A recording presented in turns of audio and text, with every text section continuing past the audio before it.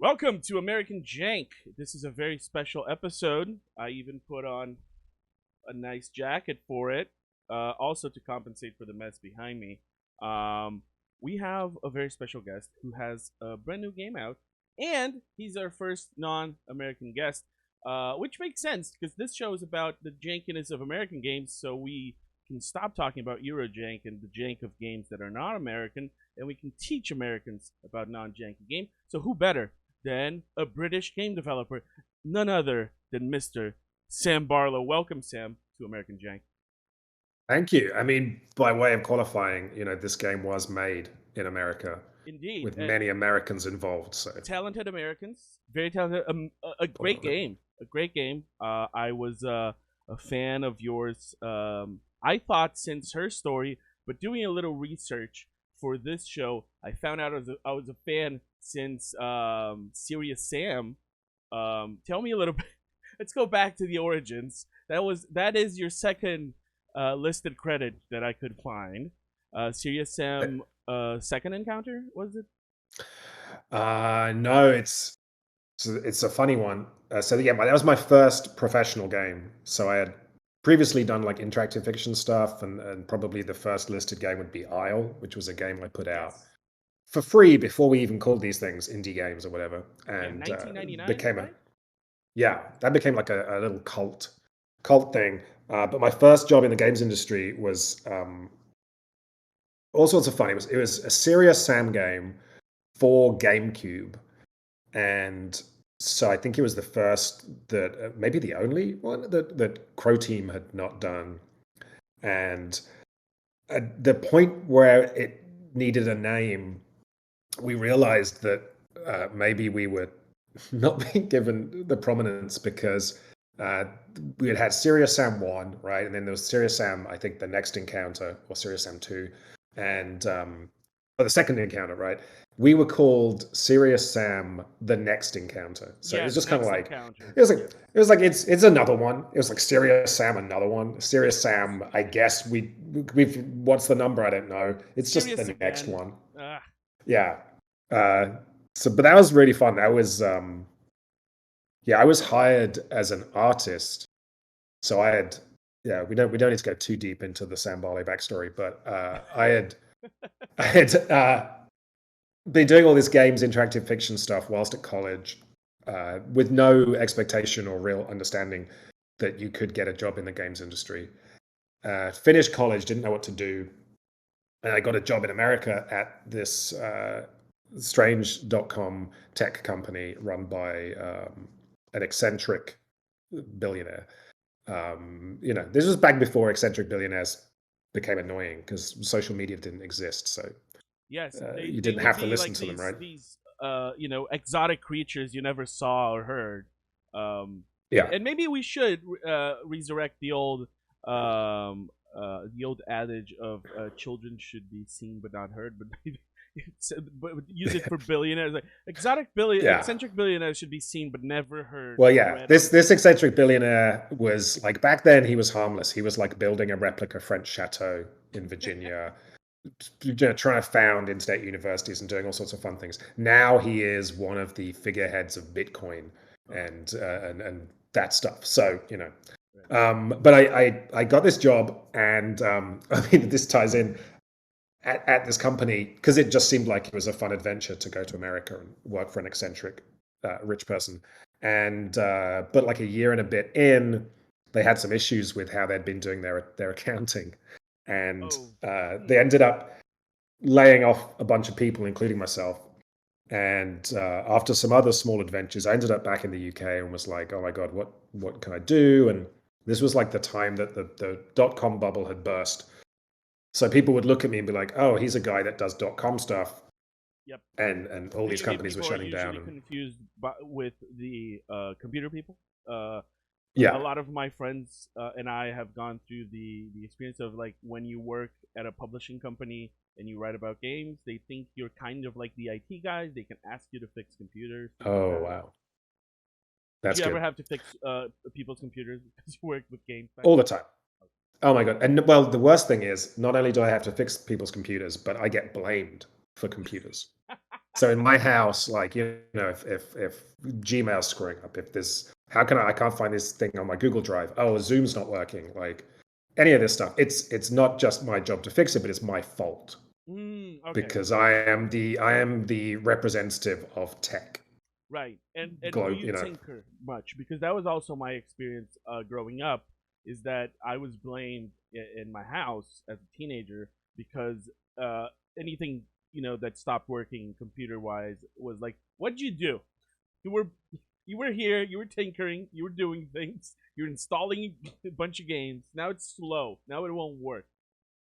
Are you a tinkerer I nowadays, or am just probably less of a tinkerer now, I guess back then. I've definitely had this computer's running out of memory. Did you use up all the memory yes, with your games? And I have to explain, no, there's like storage in this memory, and no, yes. no, these things that I'm doing are not using up things. That was a But big yeah, thing. so that was Yeah, just the whole calling storage memory. I think I don't know if it was big in the U.S., but yes, in Brazil as well. It's memory. You're using the memory. But then, okay, you make GameCube games. You experience the billionaire side of things, and then you went to you developed Crusty Demons. What is Crusty Demons? oh well, so yeah, yeah, if I continue the story, so I had this tech company. They laid me off. I'm trying to figure out a job. I have a friend who works in games. He's a programmer. He says you're an artist. I was at that time. Like that was my thing, was painting and doing art. So I got this job on Serious Sam by applying as an artist, and I think I like downloaded cracked copies of Maya and everything, and taught myself computer art very quickly, and put together a terrible portfolio that no longer exists on the internet. Thank God, it's not archived anywhere. No one will ever see it, which I'm grateful for. But Maybe once during you the pass process away, of you'll leave it for the history books. no, it's gone. It's gone. It's in my head. Um, During the process of making Serious Sam, very quickly I was moved over to the level design team, which as well, like at that era of FPSs, it was kind of fluid because it wasn't like I do the level design, someone makes it look pretty. It was like, oh, I'm in a BSP editor, like slicing the polygons to make it. So it was kind of, much more fluid. So I ended up being moved over to level design and design, and they realized that I was not going to stop talking about design in meetings and having opinions. So they made me a lead designer in the hope that maybe that would calm me down. It didn't. So Crusty Demons, if we're doing the greatest hits of Sam Barlow, uh, Crusty Demons was a wonderful slice of like that moment in history, gaming wise.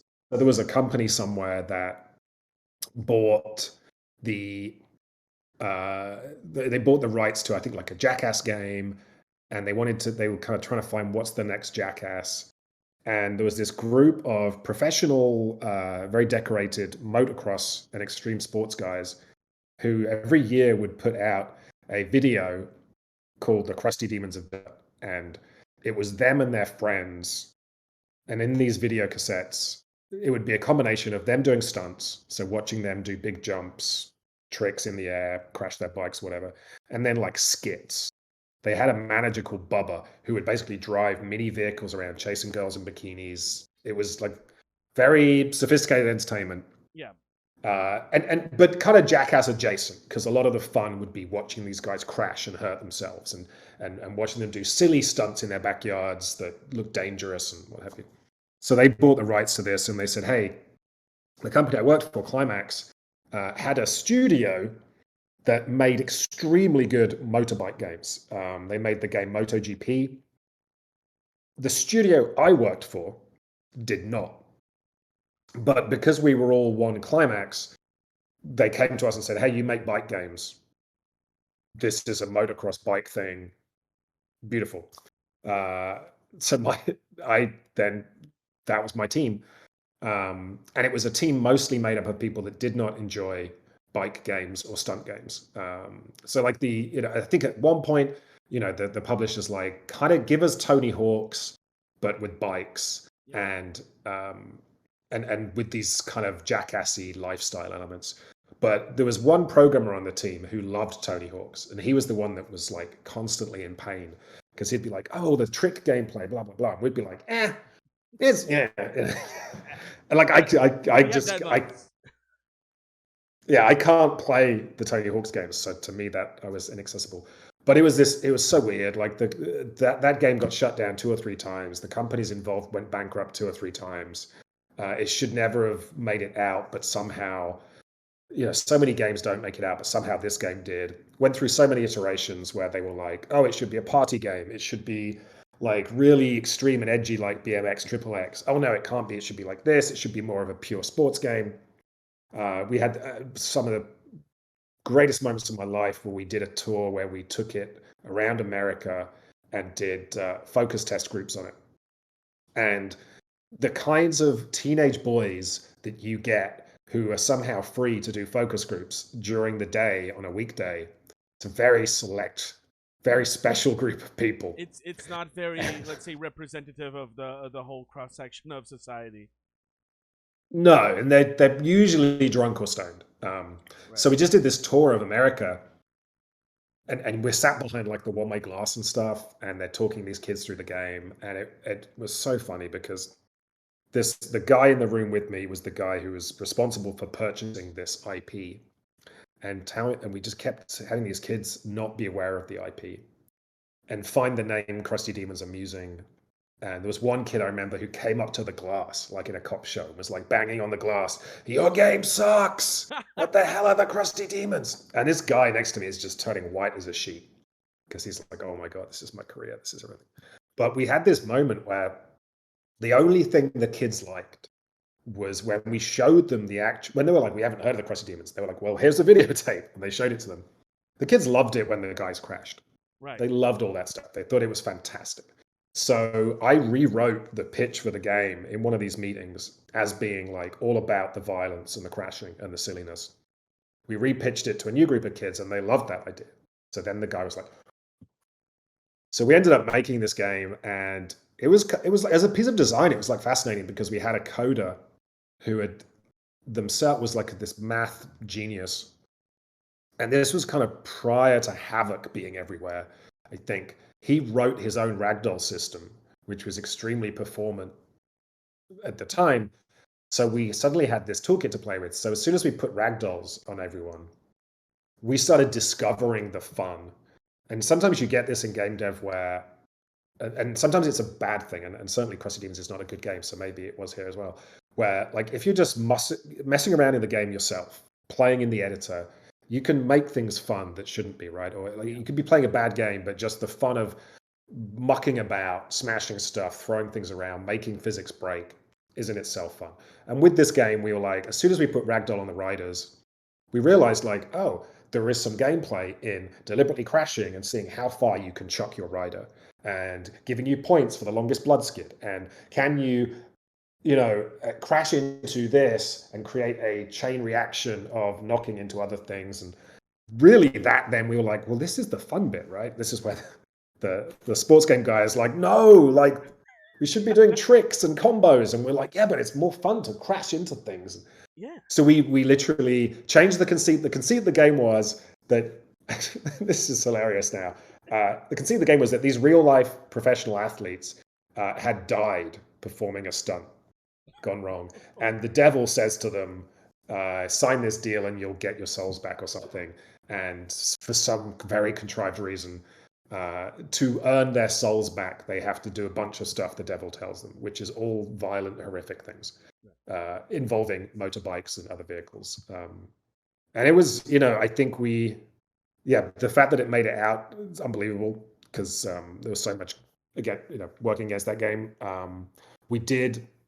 I don't think people particularly loved that game, but we did get like Xbox Game of the Month on IGN I because they were obsessed with how funny the game was, like the silliness of it. There was a mission in it, and at some point, the people were like, "You need to give it edge, like GTA or whatever." right. So we ended up parodying that. I guess probably the nearest thing would be like Saints Row.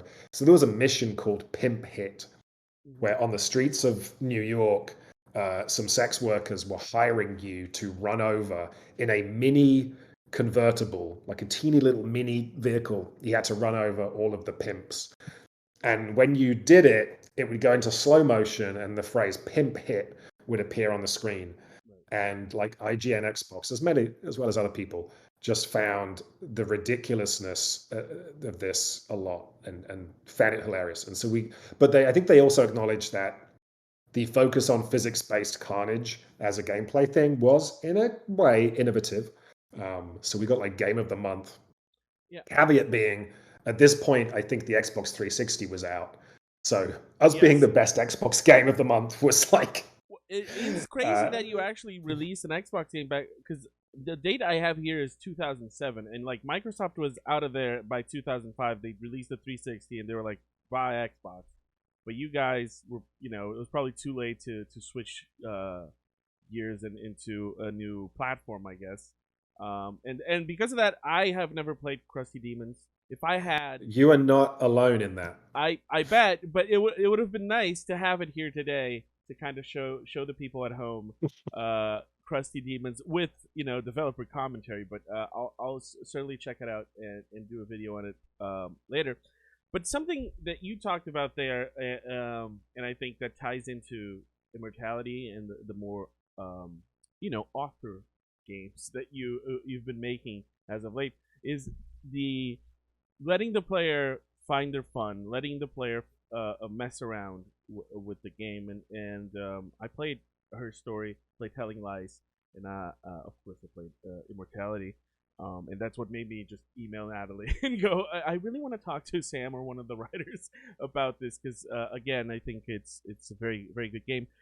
But I think that it improves on the non-linear storytelling of the last few ones with very clever design. And I just wanted to ask you how much of the invisible hand of the design is there, because I feel like after a while playing the game and then going back through all of the film and things like that, how much are you locking away of like, oh, you're not gonna get to this before you spend some time with there are kind of like invisible chapters there in the story of Maria Marcel. Did I get the name wrong? Marissa Marcel, who Marissa plays Marcel, yes. Maria She plays, in yes. one of the movies. Yeah, And I'll ask you it's a about lot. names later. So talk a little bit about how you guys kind of guide or invisibly guide us, the players, through Immortality. It's fairly minimal. Like there is, so what there is a chunky algorithm, or you could call it an AI if you wanted to try and pitch Everything's this an to AI somebody. now, Sam. Call it But an AI. People are going to yeah, talk about your game if you call it an there's AI. there is a cinematic AI, an artificial intelligent director, Ooh, that when you love that. click on it, so I remember, like, I think David Cage was like, in the future we will have like an AI Scorsese, and so we did that. Like we went and made an AI Scorsese. Oh man, David Cage must be so jealous. We did, I think, actually, as a joke, we did internally refer to it as Scorsese. But the core gameplay of Immortality is the ability to pause a piece of film at any point and click on a face, an object, a prop, and it will then cut to another scene featuring that. So this is like interesting and different to how the previous games worked, in that, um, and I think what you're saying is true, in that like player freedom, player agency is exciting to me, and actually player expressivity, I think, is the key. In that, so here you have a system where you're giving a huge amount to the player. You're saying at any point you can stop, click on anything ish, right, and we will respect that and do something interesting with it. So you have this huge amount of room to express yourself and determine what you think is interesting, what you want to click on, what is, pick the frame of the movie that you think aesthetically is best. But then the interesting thing here is, on doing that, the game then decides where to take you. So it becomes this interesting dance between you and the game, where you're both trying to create a fun sequence, right? A fun flow. And so what happens when you click on it is, there is this AI Scorsese that is saying, right, I clicked on, a cup of coffee, a more mundane example, and I'm going to look at all the other places where we have a hot drink or a cup of coffee, and I'm going to decide where to go. And this AI is, making aesthetic choices. Like, I think this is a nice shot to cut to. I'm trying not to step on dialogue so that it's a clean cut. Um, then it's also looking at like, what is the player doing currently, like story wise, thematically? Is there a place to jump to that might continue a thread? There are some considerations in terms of spookiness and things, but it has like a bunch of things it's trying to weigh up in choosing where to go. It's trying to, in some ways, make sure that you're seeing interesting, fresh things where it can. Um, and there is a minimal amount of gating in this game where, and it's very loose. It's like there's a couple of very small things which are weighted against being seen, and it's mostly like the opening hour, depending on how you play. It's like until you've done a certain amount. So if you go real fast, it'll not really apply. But like just there's a couple of things it holds back that may or may not be confusing if you were to kind of drop into them early on. But generally, it's similar to the other games in that you can pretty much go anywhere. Like it's a big, it's. I always make the comparison, which I like, but maybe slightly pretentious of like, the games that I think of when I think of making these things are games like Zelda Breath of the Wild. It is like, how does Nintendo deal with giving people freedom? How do they pay attention to the minute to minute game feel whilst doing that? How do they deal with, like, I think I had the same challenges in finishing a game as Nintendo does with a Zelda game, in that what we love about a Zelda game is the freedom and the exploration. And at some point, we have to stop exploring and doing silly things and go kill Ganon. But that's always like the doing your homework. It's Yeah. like, at some point you're like, oh, I guess I've seen like 70% of the stuff. Now's a good time for me to go finish this game. But it's always there and obviously in Breath of the Wild, you can pretty much run straight up to Ganon should you choose to. But I've always found with the Zelda games, they've always struggled for me with like, I kill Ganon, I have 10% of the game left. In terms of secrets, right? It's like you've got 100 of the golden spiders, there's another 10 golden spiders. And for me, I always end up kind of ruining the game for myself a little bit in that I've enjoyed it so much. And then I spend another 5 hours, 10 hours hunting down the last of the golden spiders and kind of over like just really draining all of the fun out of the experience. I loved with Breath of the Wild how Nintendo went, there's so much stuff in this, just don't bother. That was not a game where I was like, how many Koroks do I have left to find? And even like to the point where if you found them all, you got like a golden piece of poop. Nintendo going, look, that Yeah. was it, it's not worth it. Like chill, just the Koroks were there. Like if you find a cool new place and you discover something, there's a Korok there. Oh, cool, little pat on the back.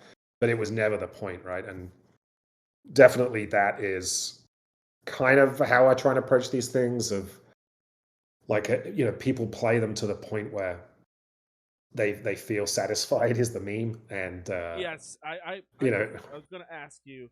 We'll talk about that later because it is maybe the best review I've got in Steam. But going back to maybe like the gating and all, because when I first started thinking about it, was the first night I played the game. I didn't finish it the first time I sat down, but I played over 2 hours, certainly. And then a few days later, before I went back to it, I was talking to a friend who had gotten to see credits. We're not gonna say finish the game, but and so I started talking a little bit with him, and he didn't want to spoil anything too much. But I started talking about how the way I ended up seeing the story, it did something, and I want to know if it's intentional or not, and I believe it is, and I believe it's very well done. Is that you see what you see enough to lead you to think that it's about one thing, it's one story, but it's then you realize, oh, maybe this is not the story. Maybe oh no no maybe this no no it's not this, maybe this person is not who I think they are, maybe and I don't mean really in the big reveal of things, but how maybe we may cast some heroes and villains in our preconceptions, especially because you're dealing with Hollywood and you know kind of this a seedy world of low budget movie making starting in 1968, and you know being in the world we are and having you know gone through Me Too and now you know just knowing how exploitative this industry still is. Um, I want to know like how much I you know I'm a writer myself, but I've never written anything interactive. How do you just sit down with your team and go, oh, this is how we're gonna write it, so that we go through this and then we go back and we kind of let the player free, but we still control the pacing of the story and we keep it interesting. I mean, I think the fascinating thing, and this has been like a process I've gone through with the last 3 games, is realizing, like, if you give things over to the player, uh, the level of intelligence and narrative intelligence that a player has these days is heightened. You know, we're exposed to so many stories, watch so many movies, pieces of TV, tweets, you know, whatever. We're just saturated with this stuff, right? If you went back to like the 18th century, maybe an aristocrat would have a expensive library, but even then, like, how many books would they actually have read? How many plays would they actually have seen? You know, so we have people that are so tuned into the tropes and the mechanics and structures of story that, to some extent, like, you can allow the player to give something the shape of a story because they're asserting the structure on it, right? And we're filling in Um, blanks, of course, in our head, and maybe we're filling yeah. it wrong, right? And then we go to, oh no. So the twists, maybe we set up twists for ourselves, maybe. Well, and I think my understanding, even when I went back to her story, when I created that and I made the decision to give it this freedom, was based on me having found some real life police transcripts. And I kind of used those as a prototype, used that content as and played it, and was amazed at how well it played, right? Without any design, just because of the way people talk and hide things and the layers of secrets. So my initial thing with her story was like, if I just create a story that has enough layers, if the characters are lying on some level, inherently these things will, this richness will kind of emerge. And then, you know, and I created a bunch of systems to actually interrogate the gameplay and the script to make sure it was all connected and things. But, you know, where I'm at now is, if you're telling a story that has multiple levels, as clearly even just out the gate Immortality does, where it's like there's the story of the movie, there's the story of what's going on in the cast, there's this meta question of Marissa Marcel, there's some other stuff. Each piece, right, each individual jigsaw piece, what you can do is, if you look at it and say, if each piece touches on all of the questions that are relevant, what happens is a player might find this piece and then watch it next to this piece, and these layers spot between these two pieces. But if I'd actually got this piece and a different one, these different elements would have kind of fused. And so if you have enough going on within it that is thematic, that is plot, that is character, then it's a bit like, what is it, if you you know, if you if you chop a piece off someone's body, right, and look at their DNA, it contains the bigger picture, right? It contains everything. And Yes. so you could, in theory, rebuild their body from that. And so there's that element here of, and so what I'll do in the writing process is identify what thematically is happening in this. What are the themes we're exploring? What are the character questions and these different beats for the characters? What are the kind of textural details? So to be less spoilery and to use Telling Lies as an example, because that's Uh-huh. older. Like in Telling Lies, the core, you know, the point of that game was for me to work through my feelings about how law enforcement worked, the extent to which the state was intruding upon our private lives through that, and how technology was intruding on that. and how that related to more primal questions of relationships and trust. So, in a very simple breakdown, we had three themes, which were control, uh, intimacy, and trust, with these kind of big picture things. And then for an individual character thread, we had four main characters. There's Logan's character, and then we had Kerry, Alex, and Angela's characters. And each of those characters had a core storyline. So with Kerry's character, it was the question of her being in a controlling relationship with her husband, and when he is called away to go do this undercover operation, how does that work? Does she regain some control over her own life? Does it change the dynamics of their relationship? So early on in like her chronology, you would have the question, now that her husband is physically distanced from her, does that allow her to regain some level of control over her life that was missing? Um, and so basically every piece of that story, you could look at any given clip of Telling Lies, and each scene will in some ways address, deal, or touch upon themes of control, intimacy, and trust.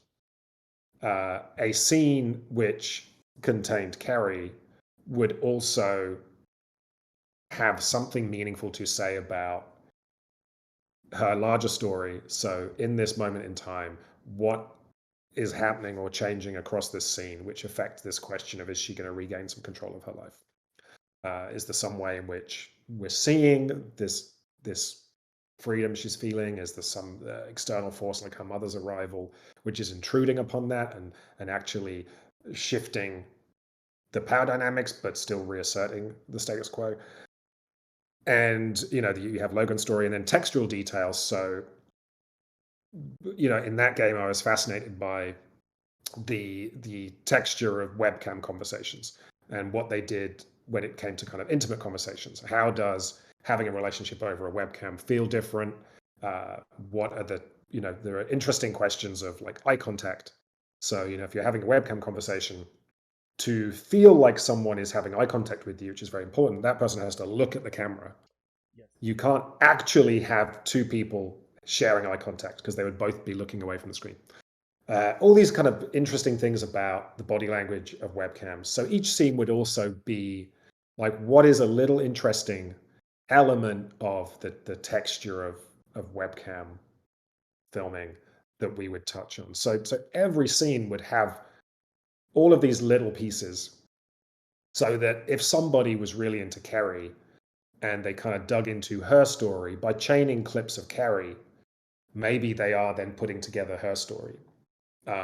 But if they were actually engaging on a thematic level, maybe they're jumping between other different scenes and seeing this recurring theme of control and how people play with control. So I mean, the question I always get asked is, well, how does your story work if people can skip to the end, right? Doesn't that break the story if you don't have control over the structure of it? And to me, that is plot. And plot is simply the order of the information. And clearly, you can point to examples of, there are many ways to order the information, right? You could do a pulp fiction where you're like, there's an emotional charge that comes from seeing a character die halfway through the story and then cutting back to earlier in the story, right? That gives you an emotional charge. It doesn't break the story. You could point to, a Breaking Bad, right? Breaking Bad had that reliance on, at the start of a season, you see something horrific, a trailer blowing up, a guy running around in his underwear with a gun, doing his last willing confession over the video camera, and then cut to a year earlier, right? So you've seen the end of the story, but now you're questioning, like, how the hell did they get there, right? And that's exciting, and as well creates like an additional tension over the more boring domestic stuff, right? You're like, I'm going to sit through an hour of this guy's domestic life of him being a chemistry teacher because I know we're getting over here. So there's this anticipation and suspense. So to me, like the cool thing with these structures is different players will access different information in different orders. So they will get a different plot or a different understanding of the plot. But really, to me, the truth and the interesting stuff is the character, is the thematic stuff. And so that's that's the thing that builds over time. Like you can only truly understand a character when you have more of the pieces, right? Just a single event does not define a character. The Yes. lead up, the why, the where, the how, all of those things have to come together. So to some extent, the way we design it is to be thinking about the bigger picture. Here is a character with a rich, deep story. There are layers to their character and their story. Here are these other things that happen. And then when we break it down into pieces and deconstruct it, you're just making sure that there is a layeredness and a richness to each of the pieces so that when people then come to it, they have different routes through it. And when they, arrange things in an order that we can never anticipate. And some of that will be subjective, random, just the inferences they'll make. If a person chooses to skip out of a clip straight away, or if they watch the whole thing exhaustively, like there are so many different ways this content can be combined. So really, for us, it's about facilitating that and allowing it to feel meaningful as they kind of move through it. And speaking about now, the opposite of through development and having people play it, and now you even have a feedback option in the menu. How much did you actually realize that? How much could you play with? Oh, most people are very predictable when it comes to these responses to this story. I mean, people are never predictable. I really struggle to watch people playing the game. I get so nervous seeing people play the actual game, so I don't really like drop into Twitch streams and stuff. But um, when I see and I'll drop into like people's like explainers or like this is what I think is happening, and I will always be surprised. There'll always be some take where I'm like, wow, okay, like that's valid. So I always try real hard to not like step on like to express anything that would screw over people's and their own interpretations because it's all valid. But I mean the main thing we do is everything is numbers and math on these games. So there's a level of computer play testing you can do where I'm running computery things that are looking at how connected stuff are, right? So in the case of like a her story where it's about the words, the computer would say, this clip is really hard to find because it's only using very rare words, or it's using words that have kind of been used up in the earlier clips. So then I would have to go in and iterate and tweak the word use, and it'd be like, oh, there are 7 clips that use the word marriage. So, but the player will only see 5. So pick 2 clips that feel less relevant to the theme of marriage, right? And then I'll tweak them. And that's like a really fun process because it doesn't require me to be like a big brain. Here is the plan, right? A lot of game narrative is these complicated, tree structures, and it's a horrible way to write. Like it's not fun because you're not thinking about character and letting things just flow. You're too busy going, oh, if they make this choice, oh man, that means we have to branch and we have to track this, and it's very complicated. But here it's very sculptural, it's very iterative. The computer will just keep pointing out, oh, the game would be better if these were more balanced, right? There's this word you're using, use it less, or combine. There's 2 synonyms for this one word. Combine them into one, and everything will be much more connected. So we're doing all that. Have a similar thing with Immortality, where we would input the screenplay, and it would pick up on like what objects were in the scene, people, etc., things that were called out in action lines, and it created like a giant text version of the game that we could play and kind of test things out.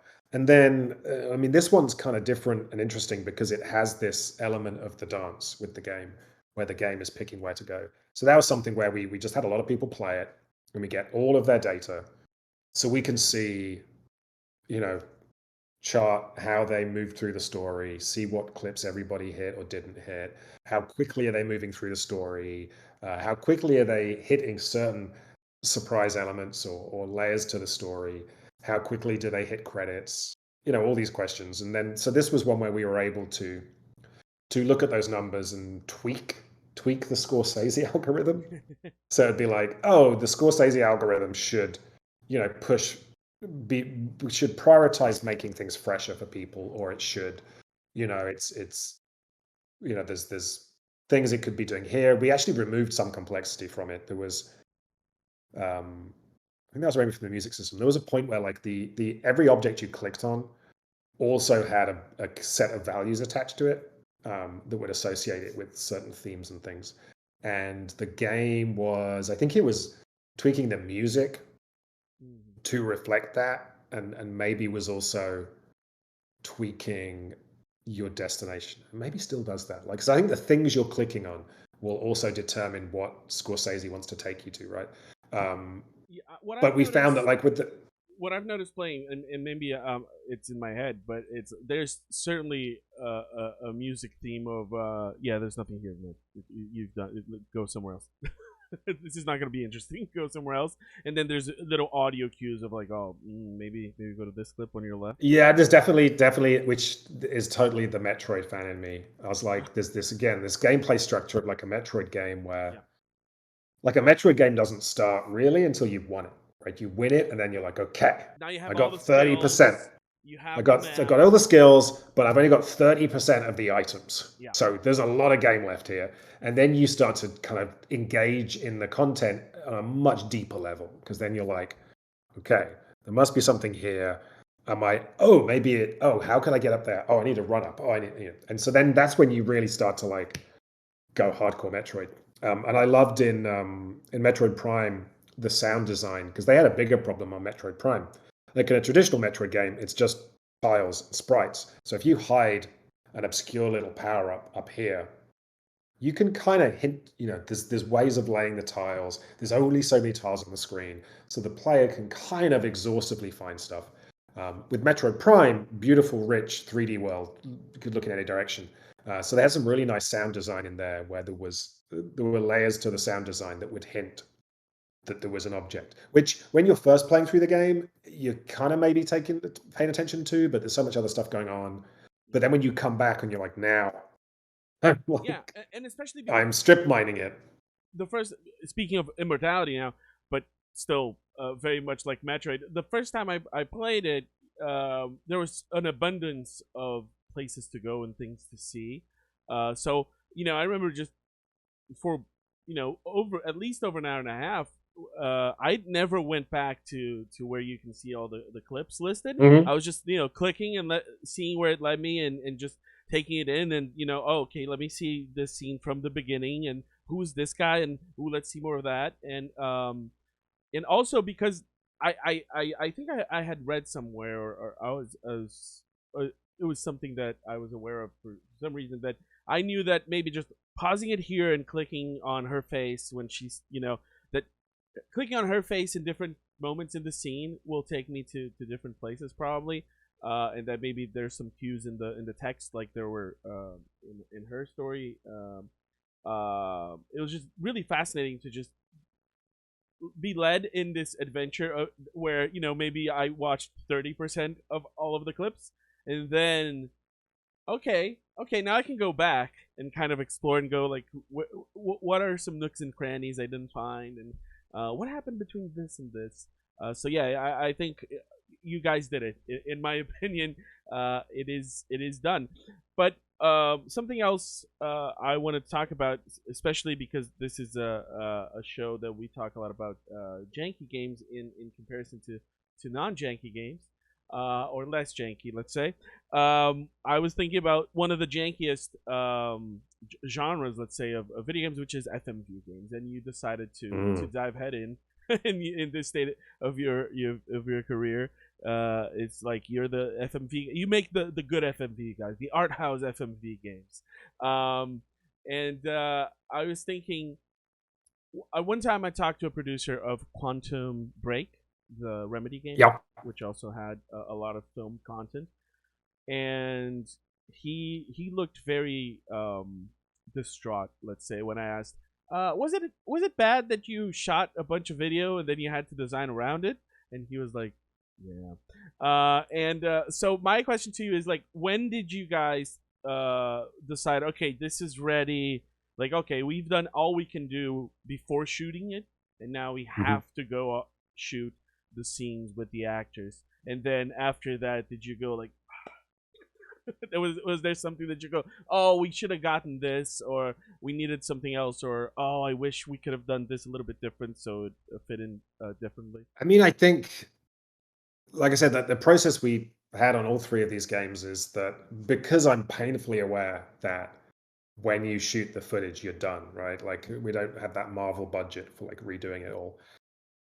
Painfully aware of that, I do try and like exhaustively get to the point where I feel good enough that I can just hit the ground and be like, and as well with like the actors having the and it's and the crew having the ability to authoritatively say, like on Telling Lies, you have to read this as written. Like if you change the words, it's going to break the gameplay.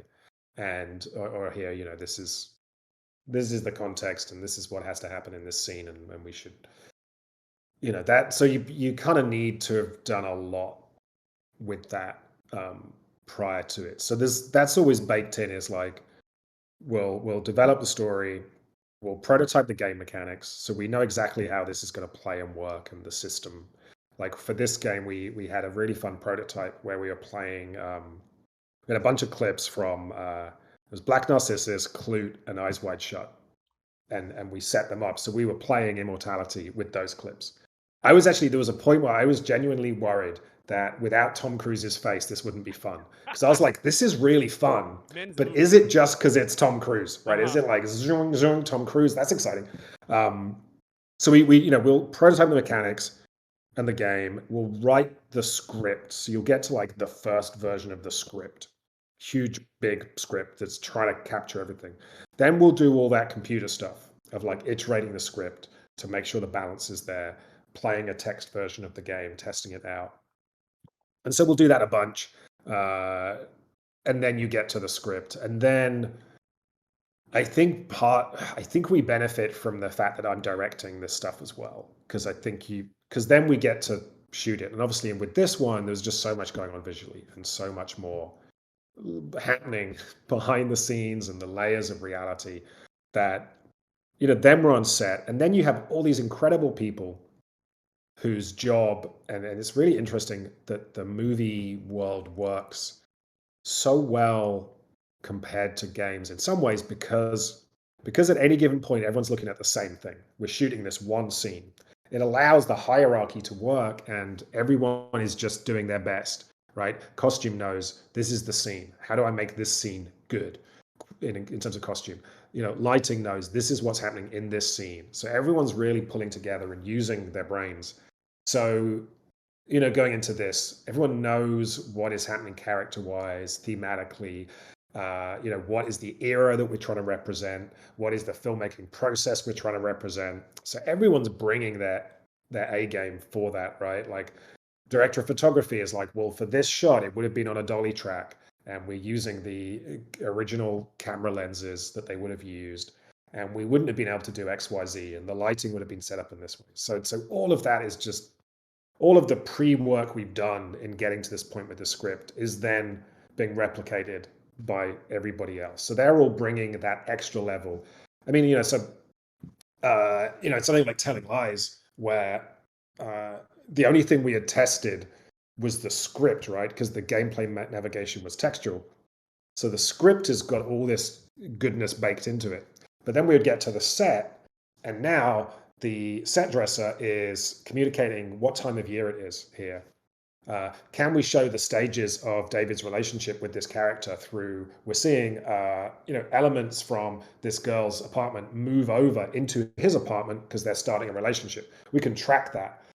How healthy are his plants? Can we track that this plant is slowly dying? Symbolic. Make sure that the colors are making sense so that the colors in this scene might be reflected in another scene, that there's this continuity visually. So everyone is adding on top of what's already been balanced, adding extra levels. And because we have this deep well of background and story to draw upon, everyone is kind of pulling into that. So you're just finding ways to just keep cramming in more things for people to pick up on. And it might be that this detail is something that only 5 people see, right? Or some people are only really digging this particular layer, but it's all there, and it's just creating more opportunities for things to spark. Um, So that is, then there's this process that is, and it's, I think on Immortality it was fascinating because we're not doing something new, right? Like mise en scene, having visual elements, having continuity of costume, having little symbolic elements. That is cinema. Like that's what people do in a normal movie. The only difference is that we're kind of weaponizing it as a gameplay mechanic here. So it's kind of, it's like I say, it's part of people's craft. You can talk to the set dressing people and talk about things, and so that usually it's not what you're saying. It's not like you get there and go like, don't, like, oh my god. It's kind of getting there and being excited to see the extra stuff that people are bringing Oh, in totally. that I was meant not, after you get back to sitting down, like we shot all the footage, we edited, and then you're tweaking something gameplay wise, and you go like, oh. yeah, no, I mean, that was the when I first started doing this stuff, that was the thing that blew my mind. And it's obvious, but it had to be something I experienced, which was I'd been used to doing motion capture and video games. And on a video game, the reason every video game runs late is because you can tweak it forever. You can always fix things, you can always change things. So, on a video game, the final month of development, I could be like, change that character's hat, move the light over here, lift the camera up an inch. Oh, we're going to change the field of view on every single cinematic camera in the game by 5 degrees for some reason. Sure. Um, and I remember being on set, and I think it was a hat. It was something like a hat. I remember the costume person coming up to me on this shoot and being like, "Okay, you need to decide right now: is it this hat or this hat?" And part of my brain was like, Why is this so important to them?" And then I'm like, well, because as soon as we've shot this, it's it. The hat's established. Like that's the hat, and I can't change it unless I have a very expensive CGI budget. But like that was like a big, like just to feel it. Like obviously, I could have, logically understood this thing, but to actually feel just in my bones the difference between I can tweak forever and no, this is it. Like boom, once we get it, like this is it, and we're going to move on. But generally, I think there's a level, and with the immortality being kind of the way it is, like there's, there might be something in a scene we weren't anticipating being in it, right? That got captured on camera that now becomes part of the gameplay, and the system was robust in how it worked enough that oh, I'm going to add this element in and give it its tags, and the system will know if this is a useful thing to go to, or and it will be allowed to jump out to other things. So there was an element of kind of in accommodating things like that. But yeah, it's it is a strange thing. I remember reading Tacoma. I think it was on Tacoma. This terrified me. The devs there recorded, because it was all based around like characters walking around a spaceship and talking and stuff. They recorded all of the dialogue. It was one of the earliest things they did, and that was locked for the rest of production. No, no. That terrified me. I was like, whoa, like Wow. And that they feels figured it that, out. yeah. People like that game. They didn't. I guess Yeah. they So said, yeah, but because I imagine like, oh well, if this is how long the conversation takes, then this is how long the corridor needs to be, whatever, right? So I imagine it kind of made sense to build from there. But that terrified me that so early you would be locking the story element. yeah, Whereas for me, it's like I think the beautiful thing with the live action is it's very quick, relatively speaking. So it's not like we shoot the live action and then spend 2 years cursing ourselves. It's kind of like we're 2/3, 3/4 of the way through development. We have all the detail of the story mapped out. Everything, we've been thinking about this project for a while. We've been living in it for a while. We get to the point where it's absolutely the last minute. Then we go shoot all the live action in this very intense, period. And then very quickly we'll get that all back. It kind of drops into the game, and suddenly you've gone from having like zero game, or like a very crude approximation, to boom, the game is there. And then you have a round of testing to make sure it's all still working, and the final polishing and everything like that. But you don't have a lot of time to sit and like rethink your decisions, because you've kind of locked that in. So it's kind of in some ways, it feels less scary to me than the Tacoma thing because you have a lot of thinking time before you go shoot the money gun and get the video. Yes. Um, And you talked about how you direct the live action part as well, and I think something that might have been fun for you here is that you got to emulate different styles of directing. Like you got to be the 70s horny movie director, and you got to be got to go through these eras and shoot things in very different styles.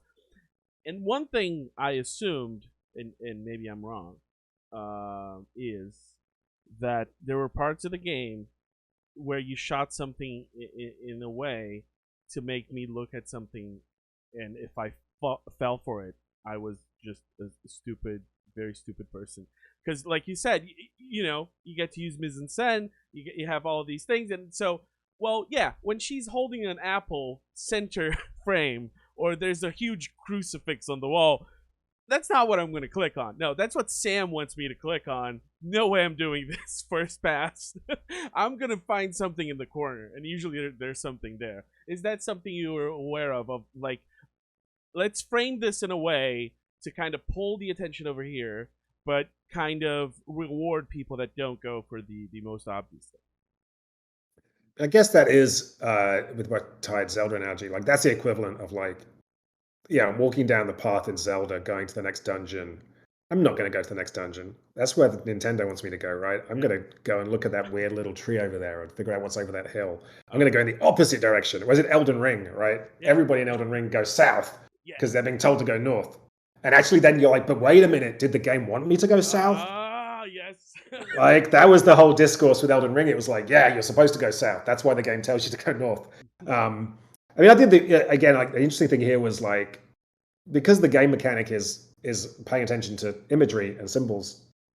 It in the movies themselves, that certain shots are being shot purely to focus on a particular piece of imagery, right, or set up Yeah. a particular symbol which matters to that movie and that director. So that is the equivalent of that's the dungeon, right? That's head to the dungeon for that level. So um, yeah, I think there's a kind of understanding of the different levels of what is obvious, right? We talked about like Chekhov's gun points because it was like, yeah, someone pulls out a gun, that's clearly an exciting thing to click on. And those things, like it's a little bit like in Her Story, I have all the stats for like what words did people search, which is fascinating. Um, but there were like bankers. Like if you heard someone's name, if you heard a name or a place, you're like, that's a banker. Like I Yeah. can always come back to that, and that's going to give me access to really critical stuff in this story. I'm going to go and noodle around and explore some, and I'm going to search about the themes of marriage or whatever. I'm going to noodle in these stories. I want to hear about going to the cinema and eating a Whisper chocolate bar. But I know if this runs dry or if I get bored, I just need to go type this name in, and boom, exciting stuff's going to happen. So I think here, if you see a character waving a gun around, you're like, well, okay, bank that. Like, if I want to uncover things that are exciting and violent in nature, or maybe touch upon more dramatic scenes, I can go click on this gun. Yeah. But actually, right now, I really care about this costume designer. Like, this costume I design is The intriguing to gun is me. a great example. I did not click on the gun the first time I saw it because I was like, yeah, yeah, yeah, yeah, the gun. Oh, yeah, he wants me to click on a gun. Sure. And then the first time, it's not always the same thing. But the first time I clicked on a gun, it made very sure to take me to a very unexciting place that there was also a prop gun there. So I found that really good. And you know, I completely lost the thread here. I had something. Oh, speaking. Oh yeah, I know. You said there's many names, and some of them you bank to search later. I need to ask you to feel to know if it is me that if it's my mind aging or if it's intentional. Are the names intentionally confusing? Because especially when you get to points where there's a character who plays a character who's pretending to be a third character, is it is are the and I'm pretty sure that there are people in the story who have names that are either the same or very similar to characters in the movies in the story.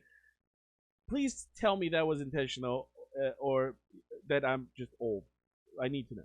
Yes, like I remember I have a friend who's a novelist, and he once asked me to like read an early draft of one of his novels, and I was like, I can't understand this story. It's like I'm a smart guy. I don't know what it is. And then I was like, oh, it's because you got two different characters with names that start with J, right? Yeah, And there is like a shorthand in screenwriting and book writing where it's like, don't give two characters the same initial letter because that it's just don't. Like people need to people are clever, but stuff's flying yeah. past them. They're drinking a cup of coffee as they read your book, and they're like, James or John, which Yeah. I'm trying to remember who's James or John. So yeah, definitely here with the names, with the characters, like we're obviously having fun and interested in that fluidity of where does the character begin and the actor begin? To what extent is somebody playing the same character in different stages of their lives, etc. So that was always, yeah, that's definitely a thing in there that, yeah, you've got Matilda, which that comes from the novel. Like Matilda was given to us by Okay. Matthew Lewis in The Monk. You got Matilda, played by Marissa Marcel, who then is going to play Maria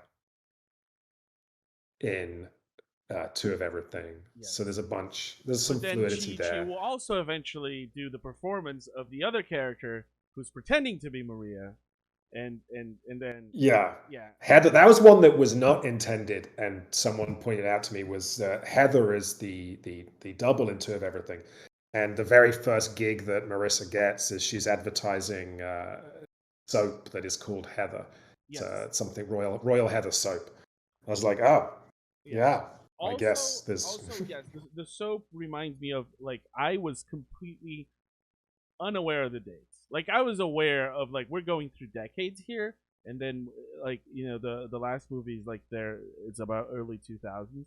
Um, and but then it was only when the commercial showed up, like I found it. I was like, wait, when was this? I was like, wait, that doesn't. She's been alive for how long? What is the name? What is the name of this game?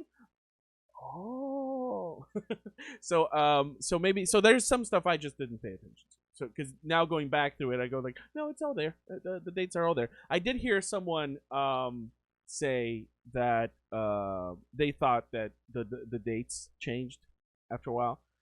So can you confirm or deny that I don't think they do, gaslighting us? but I love that. I mean, the worst thing I ever did, and I can't decide still if this was a good or a bad thing, was on Telling Lies.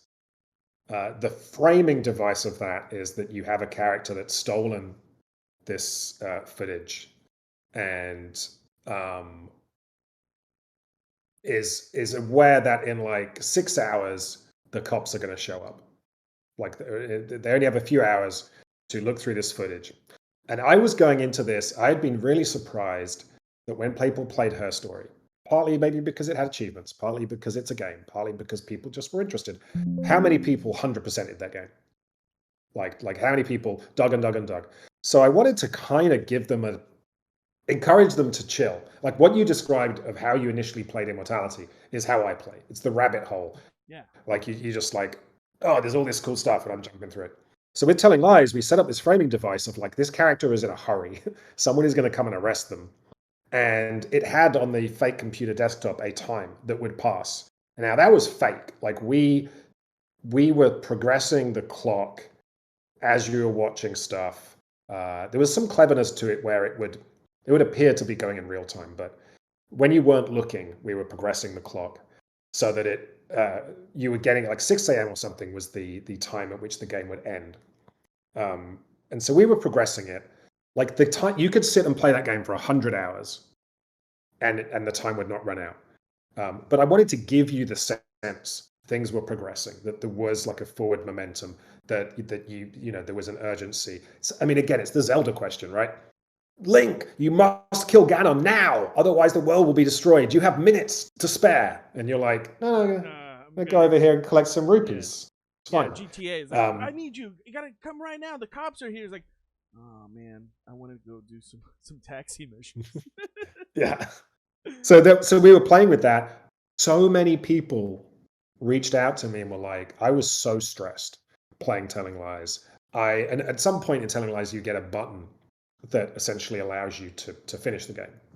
Right. And so many people were like, I pressed that button because I was so terrified that I was going to get caught and I was going to lose the game and I was going to get game over. Like I clicked that button and they were like, "Oh man, it was so harsh that that game had a limited time frame in which to see everything. Like that was so hard. It was so challenging." And I was like, "This okay." I was like, "I was like, it's fake. It's fake. It's just You bought there it. as a You little bought that. I detail." win. But it was. I mean, it was. I kind of didn't win because I didn't want people to be too stressed. I just wanted it to be like a gentle thing. Right. Um, This game is but much yeah, more gentle. so there's some. Yeah, so sometimes I do that. With this one, yeah, it was this one. It's like just get as obsessive as you want to. And like you say, there's details that some people never even think about, like dates on clips and stuff. Some people will be like, okay, this was on the 6th of February, and this was something that happened on the 9th. What happened? I got to find a thing. Oh, but if I like, there's some people that get really into those details, and that's completely valid, right? And then there's other people that are like, oh, I didn't even look at the dates. I was just enjoying this, and I had it all in my head. So Speaking of us, create us the players, just imbuing the game with maybe things that aren't there. We have the clapboards, which I thought like everything that I clicked on was like, oh, there's the director's name. The clapboard this time it's upside down. Like, and then later, I don't think the game was taking all of that into account as much.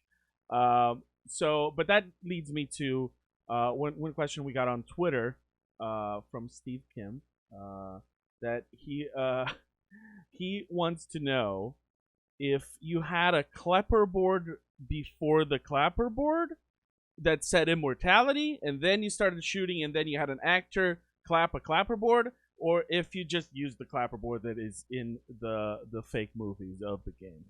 He needs to know. this was such a headache. Because I mean, the fictional clapperboard you couldn't use, right? Because that has a specific take. If Yes. we're doing 10 takes of take Yeah. Yeah. Someone five needed in to clap fictional reality, and then right? clap. But the bigger thing, which only became apparent, actually, to be fair, our DP called it out early on, but then it became apparent once we hit the ground, was if you are a camera operator or anyone, like if you're the sound guy with a boom, you have muscle memory from working in film for 30 years. When you hear cut, you wait a beat and then you kill the camera, or you Oh wait a yeah. beat and then you drop the boom mic, right? And obviously, we have a situation here where every scene, usually, someone yells cut. And it, didn't happen too much. But there are situations where you yell cut and makeup rushes back on because they want to get ready for the next take. And you're, oh, or the boom mic guy is like, okay, moving along now. Or the camera kills the camera, right? And yeah, so what did we come up? We tried and didn't work. We tried coming up with different words Is this so a that we case of would have safe like our word own cinema? words. Is that what you're saying? Is like if you're shooting movies inside movies, guys, we need to get it with a safe word here so we don't cut We words. tried it. I think we had some people that would shout out our directions in Italian, which almost made sense. But that didn't really hold. It was a process of adjustment. But yeah, there's like a whole fascinating rigmarole of having the real life camera operator, it's a camera assistant, come in, slate, and then as well, because like sometimes you don't want to slate the real camera in the same place that you would slate the fictional slate. Mm-hmm. Sometimes you're doing a tail slate in the fiction for a particular reason that might not apply. It was so complicated. All right. Oh, But I so the answer is yes. There were multiple layers. There was one famously, the actor who plays John Derek loves to regale everybody with the fact that we were shooting a particular scene, and an actor who was a day player who was only in it for the day comes up to him and says, "Oh, could I just ask you some questions about this scene? I want to think about what my character's doing." And he's like, "No, I'm the director of two of everything. You want to go speak to the director of Immortality over there?" Because Oh, because again, like, yeah. if someone shows up for one day on this project, they don't know what the fuck's going on. They show up and they can see a director and they can see a camera assistant and they can see and how did they didn't realize that That this is is all that is very fake. good. And he Because looks we were very trying, like, amateurish. Like I don't yeah, I know. mean, we were trying in as many ways as we could to make this authentic, right? So, like I say, a lot of the camera setup was authentic. The lighting was usually period accurate. Obviously, the sets, and again, because you're sometimes seeing more of the set than you might in the movie itself, like, we're having to make sure that the carpentry is correct, right, and that the various pieces are correct. So yeah, if you show up, it's a very strange But you kind of. shot it all on digital, right? You didn't go back to period cameras. No, the cameras were not period. Like I say, the glass was, the lenses were.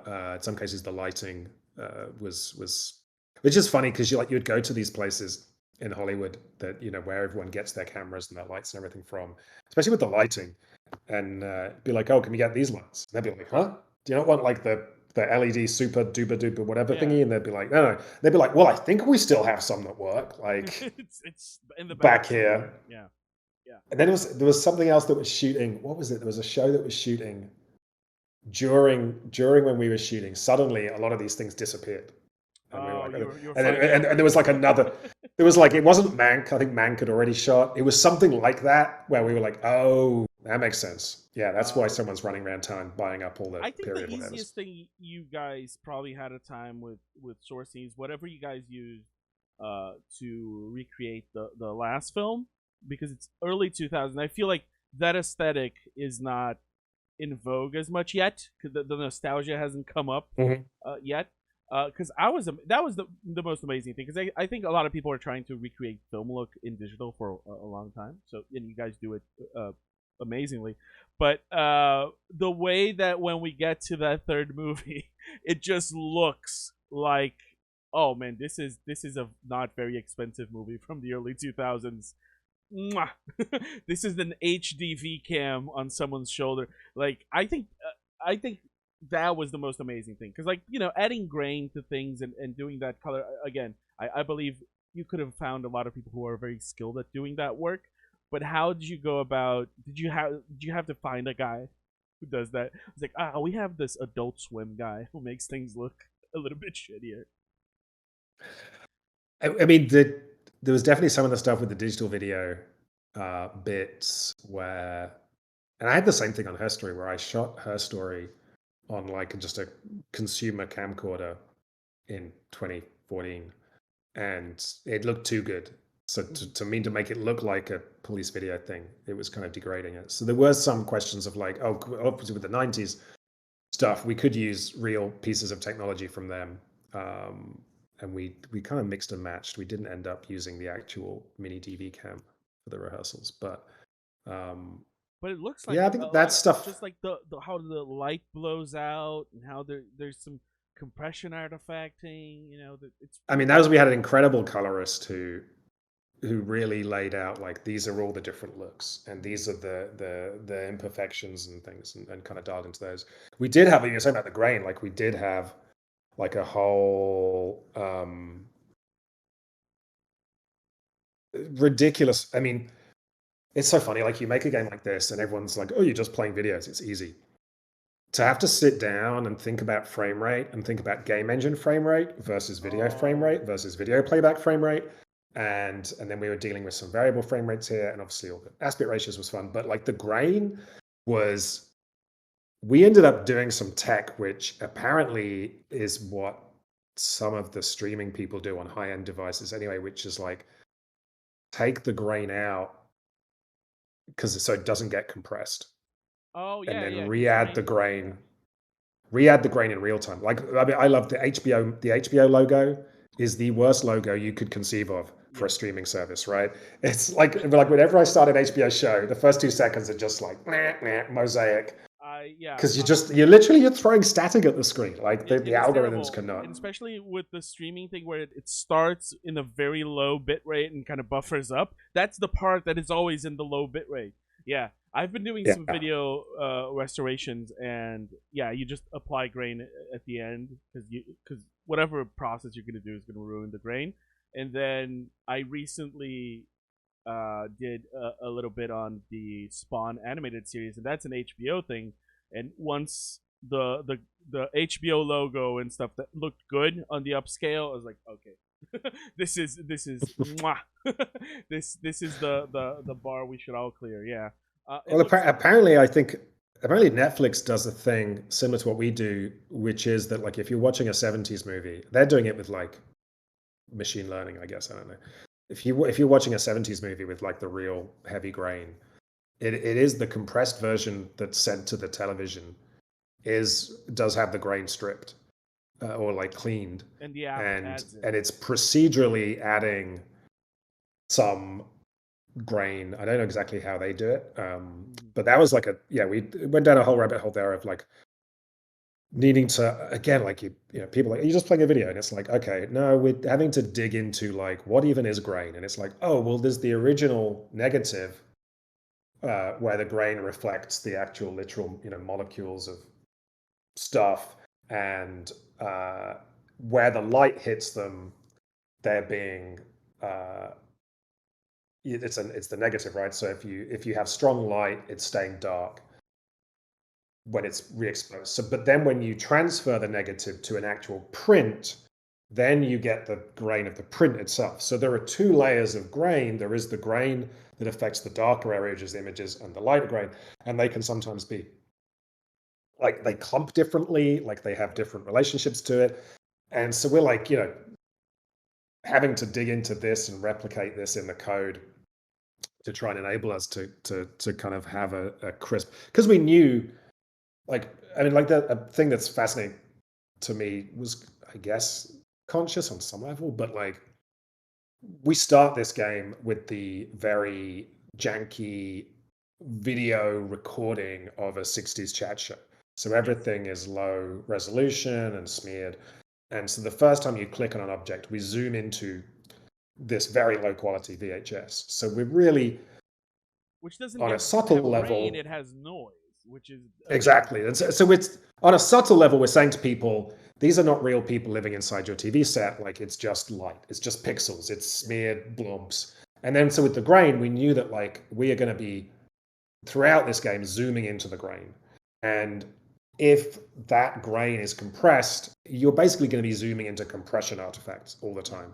So it was this huge thing for us of like actually making sure we could maintain and not, obviously we could have compressed everything and had I already saw people be freaked out that this game was like 25 gigs. Like there's a That's not 200 a gig lot. version of this Like game where we didn't these compress the people grain. forget that any Blu-ray they have is more than that because no Blu-ray is just like a single layer. I don't know, you want to install Call of Duty, you need 100 gigs. Yeah, and who You want wants to to play install any Call other of Duty? video game. There's zero grain in Call of Duty. Like, Yeah. you don't get any of the organic grain you get with this. And the last thing I'll say about grain before we can move on to the next theme is I want to compliment all of you guys because it's the good grain, because it's the grain applied with the right opacity and like kind of blending mode because it doesn't show up over whites. Because when you have something, if the film was completely Well, this is, I mean, area, this it a wouldn't have. traditional video game grain effect is essentially noise multiplied over the image. So Yeah, it's just, but yeah, like I say, we went deep into the chemistry of what is happening in the light and dark areas. There is like there is what would you call it? Like a cutoff point where the grain is more obvious in different shades and tones and yeah. stuff. It's like we went Like deep real into the grain. photochemistry of it. It's fascinating. That was one of the things. Once I noticed the grain, the first time, like like it looked real good. I was just like, "Where is it? Is there a lamp in the frame?" I looked at it and I was like, "No, no, no noise in the lamp." I was like, "Yes, they know what they're doing." And speaking of analog media, this is the first game you have where we're messing with diegetically analog media, and there's something so fascinating about it, and you really use it for great effect, because we can move things forward and backwards in different speeds, and you really reproduce that feeling of handling analog media, be it film, be it a vinyl record you'd Mhm. spin backwards with your finger, and just having that visceral connection to what you're playing and experiencing there is just so great. So I just wanted to talk about how was that something that just came about because of the story, and then you realize, well, if we're going to talk about movies and stuff, it would be cool to have a moviola as the interface and not like just a computer as in the previous games? Or was that something that came up before actually having the story of like, ooh, you know what I would like to do is like just the games I do but on like a moviola? I think like the early stages of the game were saying, okay, if people keep calling these things interactive movies, and as a cinephile, I feel that's wrong. They're not movies. Let's make something about movies. Let's deconstruct movies in the way that we deconstruct a detective story in her story. And so pretty quickly, it really got into like the experience we want to evoke is a deeper appreciation of film. In fact, one of the so I know this was important because this was during Telling Lies. I was obsessively rewatching and getting into Nick Rogue movies. Like the idea in Telling Lies that you're jumping around a timeline a lot to explore relationships. That to me was like, oh well, this is Nick Rogue does his nonlinear editing for the same reason. But there was Nick Rogue recounts when he was young, he was an apprentice to the film studios. That's how he got into the industry. And he talks about the first time he went into a room, into the editing room, saw a moviola, and saw somebody rewind the film. And this was like a magical moment because he had, and again, like back then, you had no control over what you were watching. So seeing the arrow of time reversed and then getting hands on with this machine and manipulating the film, like that stuck with him. Like you see there are shots in some of his movies where he's replicating that. So that was like really early on, like, oh yeah, that Mm-hmm. feeling, Yes. understanding that there's a if we're giving you control and letting you explore film and play with film and express yourself through playing with film, like how is it different to just watching a Netflix show? And I can stop a Netflix show and I can kind of rewind it, right? And You but can here it's like, jump no, to a no, no, we want frame. to yeah, it's like, no, no, we want to make it feel like you're sat in front of that machine. We want to remind you this is a mechanical process that is, and there's a chemical aspect to it. And like I say, there's this analog aspect to it. Like, I just want you to, and it's not even like, not even consciously think about it. Maybe some people will, but like just feel and think about in the same way that, again, I'm now going to have to pay Nintendo royalties. But like for me, what made Breath of it's the just Wild it's just Zelda. better, That's the takeaway. yeah, Immortality by Zelda. what pretty much. But for me, Breath of the Wild was infinitely better than every open world game because it was actually an open world game where walking around the world was the fun bit, right? Mm-hmm. So many of the kind of Ubisoft games, no disrespect to Ubisoft, but I'll be here and I need to get here because there's a marker on my map, so I go as fast as I can. And it's fun, like, and sometimes it's fun to jump around, but it's just space that I'm covering. When I play Breath of the Wild and I'm stood in the grass in a plain as the wind kind of runs through the grass, and I walk past, there's a tree and there's a bird singing in it, whatever, like, oh, like the sensory feel of that, but just like the game feel of exploring, the way that they made climbing more frictional and more interesting to just make the feel of the world stand out. And so for me, that's what we were trying to do here was like evoke this idea of the film as a mechanical analog thing, but also just if this is a game about watching film, like make the watching itself have some game feel to it. So that was definitely, yeah, it was a thing we were thinking a lot about. Like early on, I remember pitching this to someone, and the people assume like, oh, is this a game where you're going to be editing, right? You're going to have to take two clips and put them together. And it was like, maybe, but In your head, that to yes, me but was like too much work too prosaic and really, it wouldn't have the magic. So we were trying to simplify this as much as we could, but still have that feel. So that's absolutely, yeah, what you're saying. Like that was a conscious effort, and it's great that that was felt on the other end. Oh, completely. And speaking of, you were pitching this idea to someone. This game is self-published. This from your studio, Half Mermaid. And what I just want to understand, what led you to deciding to self-publish and make your own studio.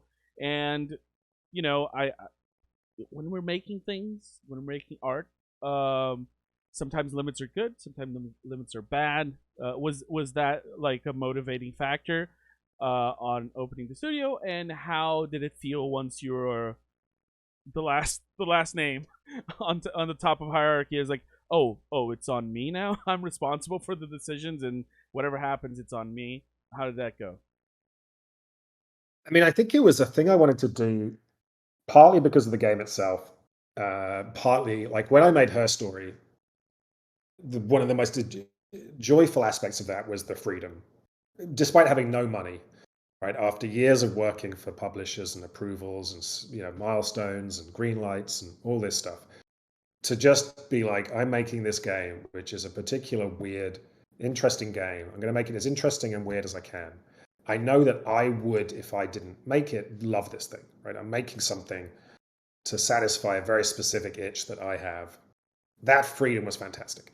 And it also allowed me to take risks in that, the giving the players the kind of freedom they had in Her Story was a huge design risk. The concept of Her Story was a huge design risk. I would not have been able to pitch that to a publisher. But because it was me and because I owned it, I didn't second guess that. I just allowed myself to go, I know intuitively this is a fun idea. I'm going to run with it. Like, I'm not going to overthink it. And that was like really liberating. And I think it allowed me to make something quite interesting with Her Story.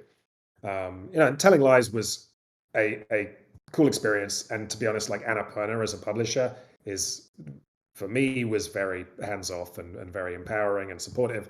But kind of when I started thinking about Immortality, I knew that one of the things I was interested in was like some of my favorite movies and books and maybe some games. They're by teams that just give no fucks. Like they just went for it. Like, I grew up watching Ken Russell movies, and Ken Russell's made some bad movies, some good movies, but like he just goes for it. Like he's never going to stop at 10 out of 10. He's just going to keep pushing 11, 12 out of 10. Just, and there's a real fine line between indulgence and like what's the good version of indulgence, between like indulgence and just like generosity and being over the top, right? And Confidence, just really. pushing hard. Yeah, and I think definitely when you say like constraints are helpful, constraints are very helpful in avoiding overindulgence, in allowing you to be kind of more efficient in what you're doing. But I knew that this was a game where we needed to go a bit further. We needed like a the ambition of it was a bit silly, like the hubris of saying we're going to deconstruct the history of cinema and make 3 whole movies and tie it up with this other story, and then there's this other thing going on. Like that felt like a lot, and I really felt like the only way to do that was to just go for it and not think twice, right? And not have the checks that you would have with a traditional publisher, to not be worried about, well, what kind of content is this going to have in it? Like, oh, is it risky to be touching on these themes? You know, to just not have that. And for me, that really was kind of the only way we were going to make this game and have it be what I was imagining it to be. So that was the decision there. And then, generally, if I'm on the line, it it is less scary because no one's going to sue me. Like I'm not going to breach a contract. No one's going to hit me up because the milestone's late because it's my milestone. It eliminates so much of the back and forth. Like when I made the Legacy of Kain game that I worked on for 3 years before Her Story, of my time as a director on that game, they scheduled a minimum of 50% of my time was meetings, right? And then we had people on the team whose job was just to interface between me and other teams, like just to cover the logistics. There was 2 weeks every milestone dedicated to preparing milestone submission documents, like all of that stuff. So having that go away is very freeing and liberating. So in that sense, it actually alleviates a lot of the anxiety if I'm in charge. And I have like quite you know, a good handle on the kind of boring scheduling and financial side of things. So it's not like I'm going to, crash this Titanic into an iceberg. Generally, I'm like, okay, I'm writing this, I'm directing it. So I know kind of how much money and time there is. So I'm not stopping myself, but like I have a handle on that. Um, where it was horrible was, there was a point in this production where COVID was hitting hard and we were trying to pull this thing off. And I would go to bed every night being like, maybe tomorrow's the day where I have to pull the plug, where like it's just not going to happen, right? If we have to shut down for 2 weeks, if so and so gets COVID, if this thing happens, then we don't have the money to do a Mission Impossible and just reschedule everything 6 months later, right? Like you're seeing like that thing that people were doing, and once we'd started, we couldn't stop, right? Everything was booked, and so that was the worst, because that was me going, oh, genuinely, like maybe my hubris is about to bankrupt my company. Like maybe I'm about to throw all this money away because of this fucking pandemic. But we made it through. But it was definitely, I've never been more anxious or more stressed in my life than having to deal with those things. It was horrendous. So, generally it's a nice fluffy feeling being the one that's in control. But sometimes you got to take your medicine. Yeah, and speaking of risky things, you mentioned, and you mentioned that, and I was thinking about, I think you tweeted a few days ago, one of your inspirations as an author is Ballard, J.G. Ballard, right? Mhm. And he has he published some very I guess controversial stories in their reception, and he was not afraid of touchy themes and dealing with that, and I think this game is of yours is the one that dives deeper into it, and I think for example, I would believe the main audience for this game is just Americans. That's just the way we do entertainment of all kinds nowadays. It's for Americans. Americans, for example, very very touchy with nudity, and you went, it was like, Mhm. we're talking about this. We're talking about this kind of movies that are made. We have to have it. And then there's a lot of blasphemous imagery in the universe, in in many levels of what you're doing there. Was that satisfying for you? Is that something that you're scratching an itch? It's probably one of those things that created anxiety, in that it was inevitable. I mean, it's weird, right? Because I'm from England, so we're technically European. But growing Wait, up, like I say, yeah.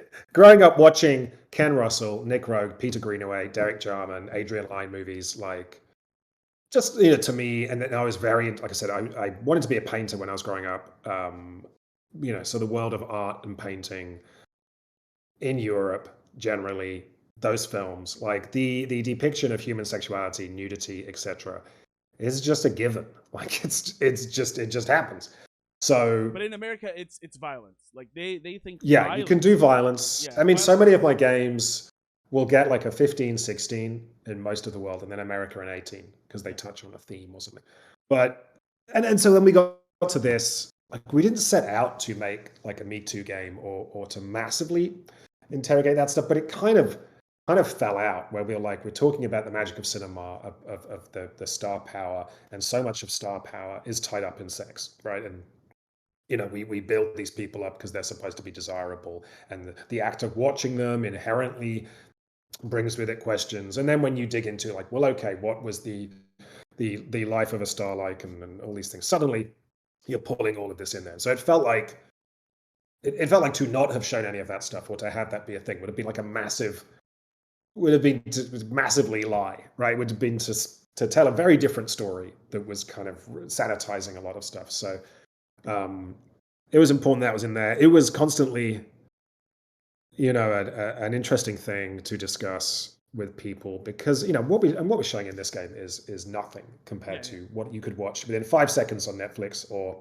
10 seconds if you Google and look at various websites. Like it's weird to be even having to discuss this in 2022 because, like I said, like I could pick up my phone, I could type in nudity, Yes. But go, but and somehow boom. I feel like it's not even about being accessible. It's about some sort of idea of respectable art or respectable Hmm. entertainment, which, like you said, outside, in Europe and in here in Brazil as well, I think it was much more natural and much more of a not something to be afraid of, and but something I don't know how it is over in Britain now, but certainly something that over my lifetime has kind of walked backwards. I feel a little bit.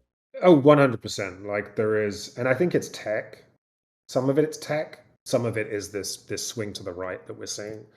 But I feel like a lot of the tech companies are very against sex workers, right? They're very against, Yes. human expression. Well, because they So don't they're want to very have to interact with censorious. it. I guess it's very hard to moderate things. Yeah. Like, oh, we don't want Well, yeah. people You get. posting sex abuse online, so all sex. We'll just have an algorithm that just looks for Well, sex I and think. puts it I out. mean, as far as I can tell, I feel like the calls to like sex abuse or like protection of children, I feel like they're very disingenuous. Yes. I think that genuinely it's coming from a conservative place. It's coming from shareholders being like, we want the safest, most sanitized product. Yeah. And if Google can just get rid of all these problematic sex workers, I would feel much better, right? And it's so and so much of our entertainment is now run on these tech platforms, is run in these systems where suddenly you get a complaint or something and it gets sent to a computer. um it's weird, and so that I think has had this negative effect. And I think, yeah, the reemergence of the right, clearly, I mean, we don't need to talk about it here, right? But like the Yeah. hypocrisy of family values, Christian Yes. values, and then you see what these people are doing and what they stand for, and it's chalk and cheese. It's completely different, right? Yeah. Um, so yeah, I think 100%. Like if I think, and some of this is good. Like one of the interesting journeys I went on here was like doing all my research into this stuff, and like I said, I have my heroes that might be Nick Rogue or Ken Russell, right? And so I'm watching documentaries, reading people talk about working on these movies, talking and actual fact to some people who worked on these movies. And you might have like, I don't know, like in Performance, there's a scene in Performance where there's kind of an orgy on a bed. And there's an interview with Nick Rogue where he's like, oh, it was fabulous. He's like, I had my camera, I was in amongst it. You didn't know whose limbs were whose. It was just this fantastic human organic moment. Then you read an interview with one of the actresses 20 years later, and they're like, I actually found the whole thing very uncomfortable.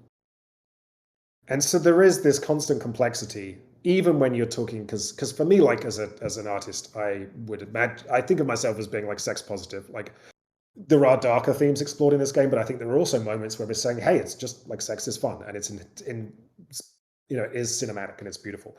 uh and that's definitely a tradition of art that I come from. So um you want to celebrate that, and everyone thinks of like the 70s as being this high moment in film where there were films for grown-ups before the Star Wars, before everything else that followed.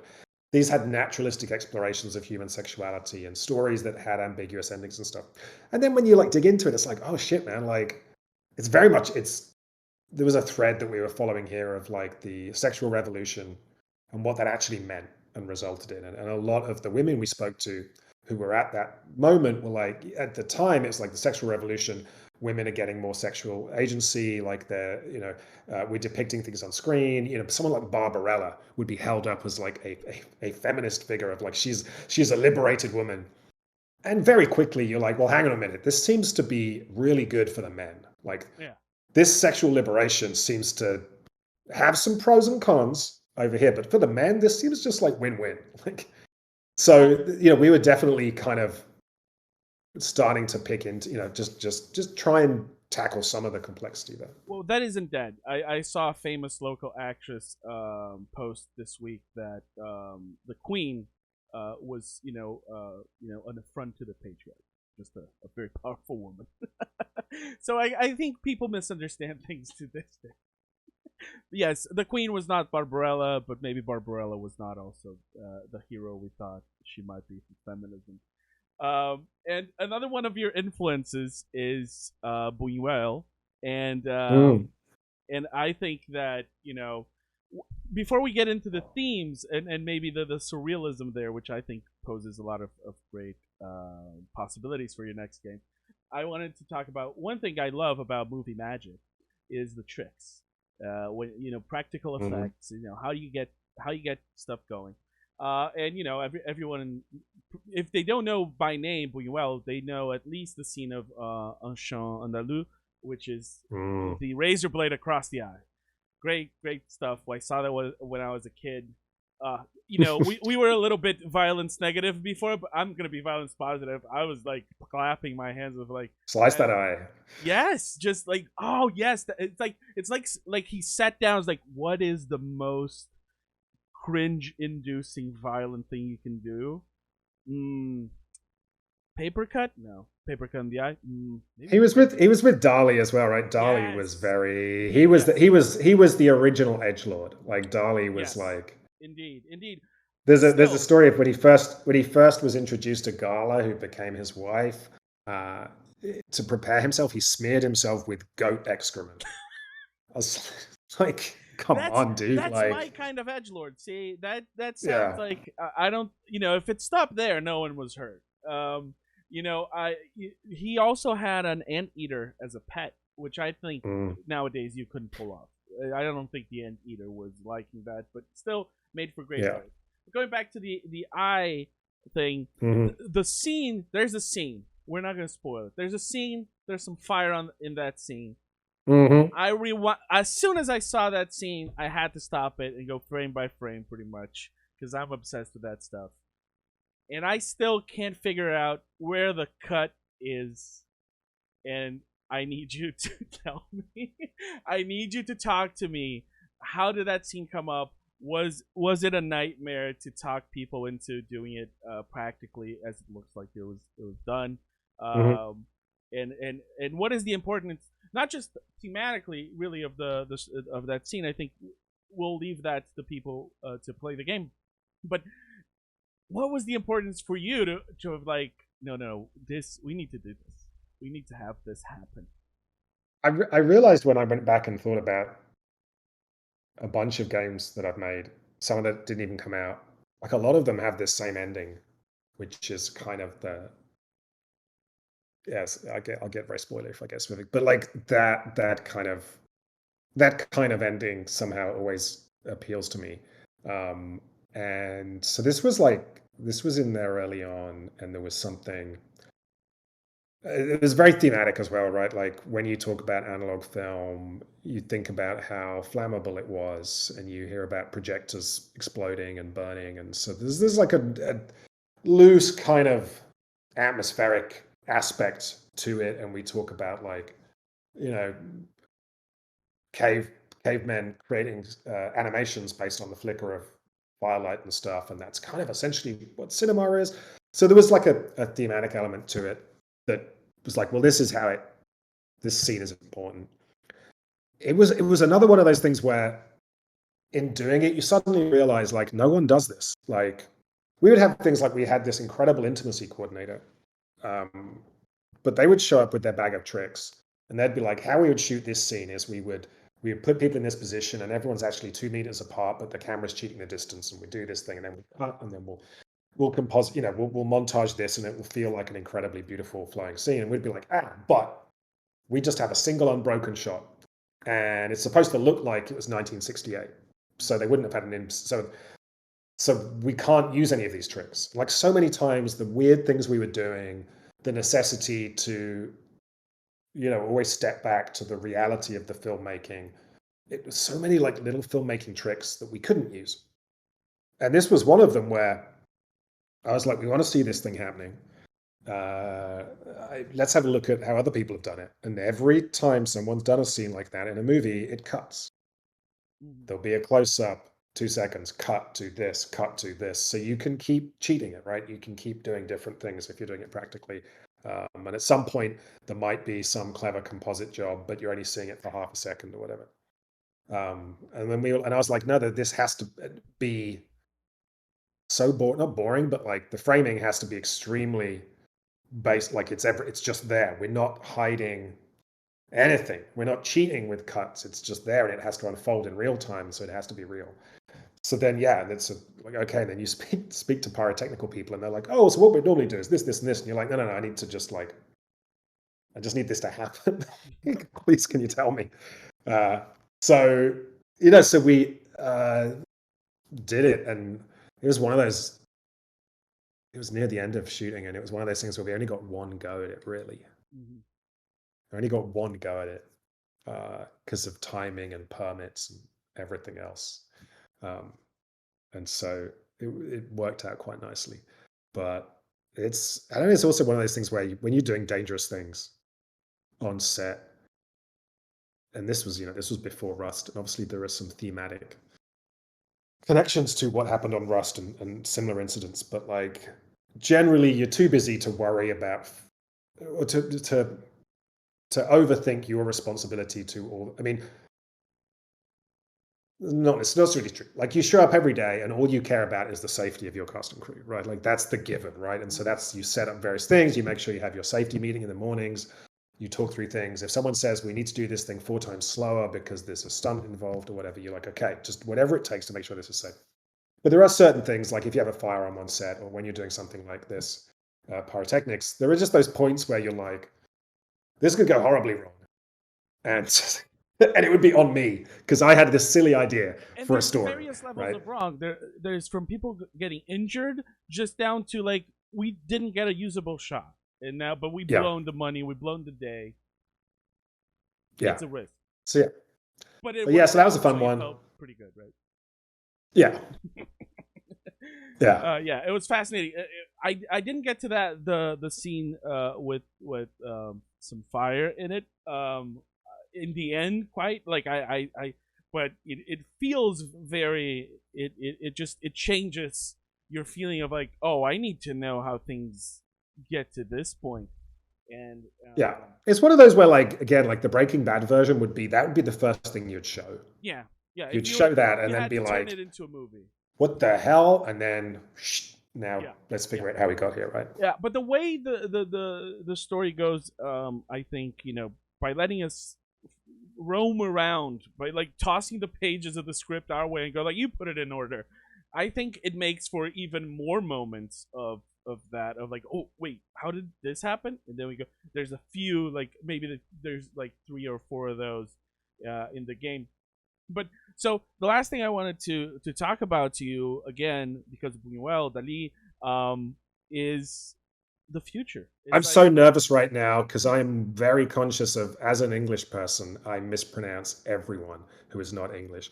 And like, we're talking like one of my top filmmakers, right? And I know that every time his name comes out of my mouth, it's it's wrong. And it's my wife speaks Spanish fluently. My kids have incredible Spanish accents when they speak Spanish. And I'm here like, if someone rolls an R, I'm like, I don't even know how to make my mouth do that. So I'm just like, it's fine. It's yeah, let me tell you something right now from the bottom of my heart and from the whole world to all Anglophiles and English speakers. We don't expect anything from you. The bar is very low. It's like that guy knows where a country is. Ah, it's like okay, I'll pat myself. yeah, it's like it's Yeah, colonizers through and through. Be it England or Americans. It's like we get it. You're looking at your own belly button a lot. But so the thing that they were part of a surrealist movie in cinema of like, okay, we've been doing cinema for like 60 years now. hmm People are down with the language. They get it. We don't have to do every scene has to start with establishing shot. People know the train is not going to run them over. Phone calls don't need to start at hello. um, and then you were getting to a point of like I can start in media res and go back and blah blah. And they and especially Buñuel was going like, you don't even have to have a story really. The images can make you feel something, and then you feel something else, and then the narrative is your interaction with the feelings this is causing to you. So now that this is your third game in this kind of format that you're very much the exponent of, um, do you feel like you have ideas that you're getting ready to explore now that people are getting more hands on with non-interactive storytelling that you're doing? Is like, would you make your next game super crazy, like not really literal storytelling? Yeah, I mean it's interesting because I think like that's my background is, I was obsessed with surrealism, and automatic writing and cut up literature, and whether that was Burroughs or it was actually the original surrealists, or like that kind of avant-garde literary stuff, sometimes reflected in the cinema, was like my thing, like growing up. And so, something like Her Story was interesting because it combined on one level a very avant-garde piece of storytelling, but the wrapper of it being a detective story suddenly made that approachable, Mm-hmm. because it wasn't like, oh my god, here's this non-linear experimental narrative. It was people going, oh, I'm a detective. Oh, I got to put the pieces together. Which was always this interesting balance. Like I remember people making a distinction when I was developing Her Story, and I was talking to some friends, and they were like, this plays very differently in an art gallery to on Steam. Like if I'm in an art gallery and this was on a pedestal, I would understand my relationship to it. I can play until I'm satisfied and then walk away, right? I don't need it to to, But I to think it's a behave in a longer certain way. experience that I would like to have Yeah. standing up Oh in yeah. a gallery with people waiting Yeah. behind You me. got to go back and forth. So yeah, I was saying that one of the things that was interesting to me about kind of making Her Story and then continuing on this kind of direction was like interactivity inherently makes things slightly avant-garde, right? Like the things that those avant-garde artists were trying to do by breaking some of the structures, by making things more playful. Like the surrealists were obsessed with games. Was they were trying to find ways to make people participate and to make things more, dynamic and interesting. So the balance here I've been kind of exploring is, how aligned are all those kind of avant-garde ideas with just the idea of letting people play, right? Of making things more playful. Um, and it's been interesting. There are some people that play Immortality, and they're like, this is really cool and fun and weird, but like, oh, I miss the explicit, like the puzzle and the framing of being a detective that explained and gave context to this, versus me being like, hey, I just want you to be in this giant kaleidoscopic, rabbit hole of story and content, and falling down that rabbit hole. So it continues to be an interesting tension, and I think it depends on where is the audience, and everything comes down to business and technology at the end of the day, which is sometimes frustrating. But at the end of the day, I am making this as a video game because I need a game engine. I need a real-time, powerful computer to make these things work. I need an interface. Or we have gaming controllers and computers. I then need to sell it so that I can pay everyone that worked on it. Yeah. Well, people understand that if I release a game on Steam for $20, or I put it on an Xbox, they understand what they're buying into, even if it's weird and different. Whereas there is no, outside of gaming, there is no way for me to monetize an interactive, This gave me an live idea, action Sam. experience, right? I gotta pitch you right now in your next game. Just gonna reuse the engine you got now. It's great. All right. It's a Okay. mobile game. It's ad based monetization. You will never know if what you're watching is an ad or something So you you should be click and it watching. zooms in, It zooms zooms out, and in, you're zooms like, out. It's like, was that the would ad? you like to eat an apple right now? Yeah, By it's like Yeah. it was an ad for like Tupperware, but like I don't know if it's like it looks like a website that sells Tupperware. I don't think it's part of the game, but you don't They know. And used to do that. They had I remember watching, I think it was like 24, the TV show 24. I watched most of that on my computer, but then there was a point where I was like visiting my parents and we watched it. And it was like Sky. Sky was the channel that showed it in the UK, and that was an ad funded channel. Mhm. But because 24 was the big show, they set up the ad breaks to look like an episode of 24. And it was horrible because you'd be in like a really tense scene, right? Nail biting cliffhanger scene. It would cut. There would be no titles or interstitials or anything. It would just cut to a scene that had the same color grading, the same lighting, No, except someone's selling you tissues. that And should it be would illegal. just 10 seconds in, you're like, wait, this isn't, oh, it's an ad. Oh, they got me. Sucks. Which was No, horrible. that What an is like attack. even worse than when they started playing commercials in movie theaters, and you would go like, "Oh, trailers," and you no, not a trailer, and Not a trailer. also opening titles for production companies. Like I really like the Half Mermaid. You know, it's a logo. You know, fade in, fade out. You know, when they started doing those like 3D thing in the mountain, and you're going Oh, like, and you think you're in the movie. yeah, and you're like, this You're movie like, has dinosaurs why is in there a it. dinosaur walking across New York and then it turns Exactly. around and goes zing? It's like no, no, Yeah. don't do that. Don't Dobie also stop with that stuff, please. But yeah, so Yeah. that's my Keep it pitch. simple. It's a game where you have to find things in these little ads that look like mobile ads, and then you can seamless insert mobile ads in it, and no one will It ever is know. horrible how easily I could leverage some of these things I've done for evil. Yes. Do Like you? when gaining NFTs was a thing, I was like, I could genuinely probably pick up the phone or email, I guess, Yeah. one of these NFT people and be like, hey, first interactive NFT movie, Oh her yeah. story, we do a drop.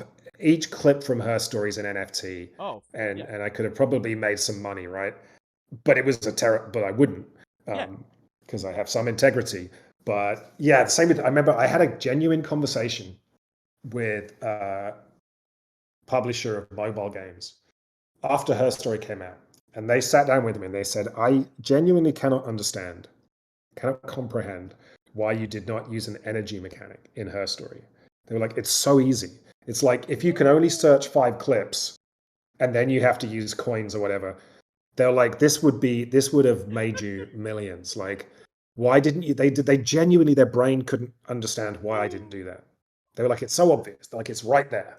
And I was like, it's no. Like Like again, to me, why I want didn't to create a thing. Noel sell fake plastic razor blades with a goat eye I to mean, having said that, like Dali did, right? Like Dali was not afraid of monetizing well, his yeah, thing. yeah. Well, there's ways to be in on the joke, I guess. Yeah, I NFTs are not guess. one of them. Yeah. NFTs are not one of the No. ways. But yeah, maybe the mobile game, if you make it really absurd, searching, yeah. But I would think that people that have a great library of video content would be banging down your door, because like I remember a lot of Disney games from the night like 90s PC games, you know, that were just Mhm. ways to repurpose clips from animated movies and stuff like that. I think that you could make some money with that. It doesn't feel as bad as mobile ads or NFTs. I've definitely had people tell me like, I know I played too much Immortality when I was trying to click people's faces watching a movie, right? Or a video came up and But I you was, know what? what was it the Don't Worry Darling thing that just was a big deal Yeah. online with the spitting and everything. Mhm. Everyone was like, "Is this the next Sambalo game?"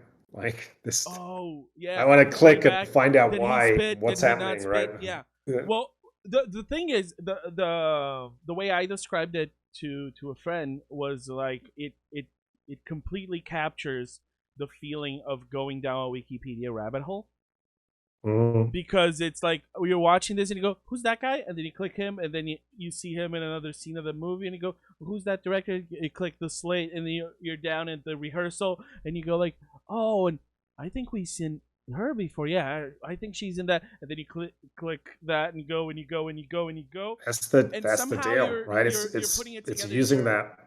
you're putting it together in your head. You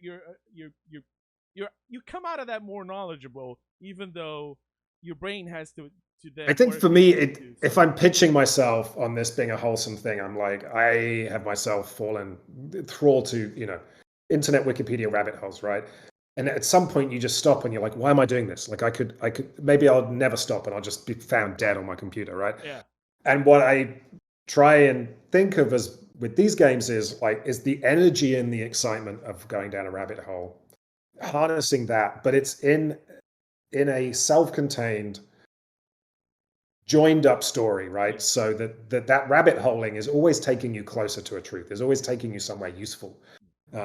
Whereas, and that was like my thing as well with, I think her story, especially when that first came out, had like a little bit of like an ARG texture to it, right? Of like, oh, is this a real computer interface? Oh, are these things real or not? And I love the idea of ARGs, and I love that kind of that looseness of finding clues and stories hidden in all these places. But Yeah. I have never successfully participated in an AIRG. No, Either I'm not clever enough, I've missed the clues, or when I get to it, it's too late. And if I start searching things, I'm just seeing other people talk about the ARG. there was a game. There's this game people always talk about from like the early 2000s where it was kind of like this computer RPG that would tie into real life. Like you would get emails with clues, and you would have to like call Mm. characters and stuff.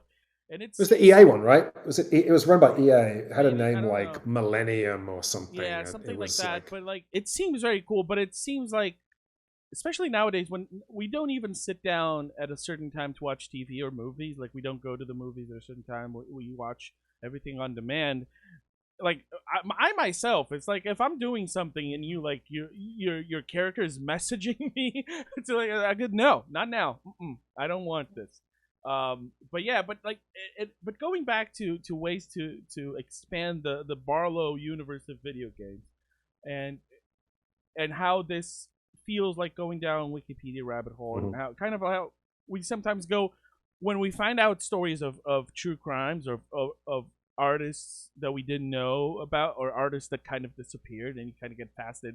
There's some the idea of like this. There was this actress and she never made a movie anymore because there's this certain obsession with being famous and stuff. And once you do something creative and you're an artist, you can't have a regular job or regular life outside of a spotlight.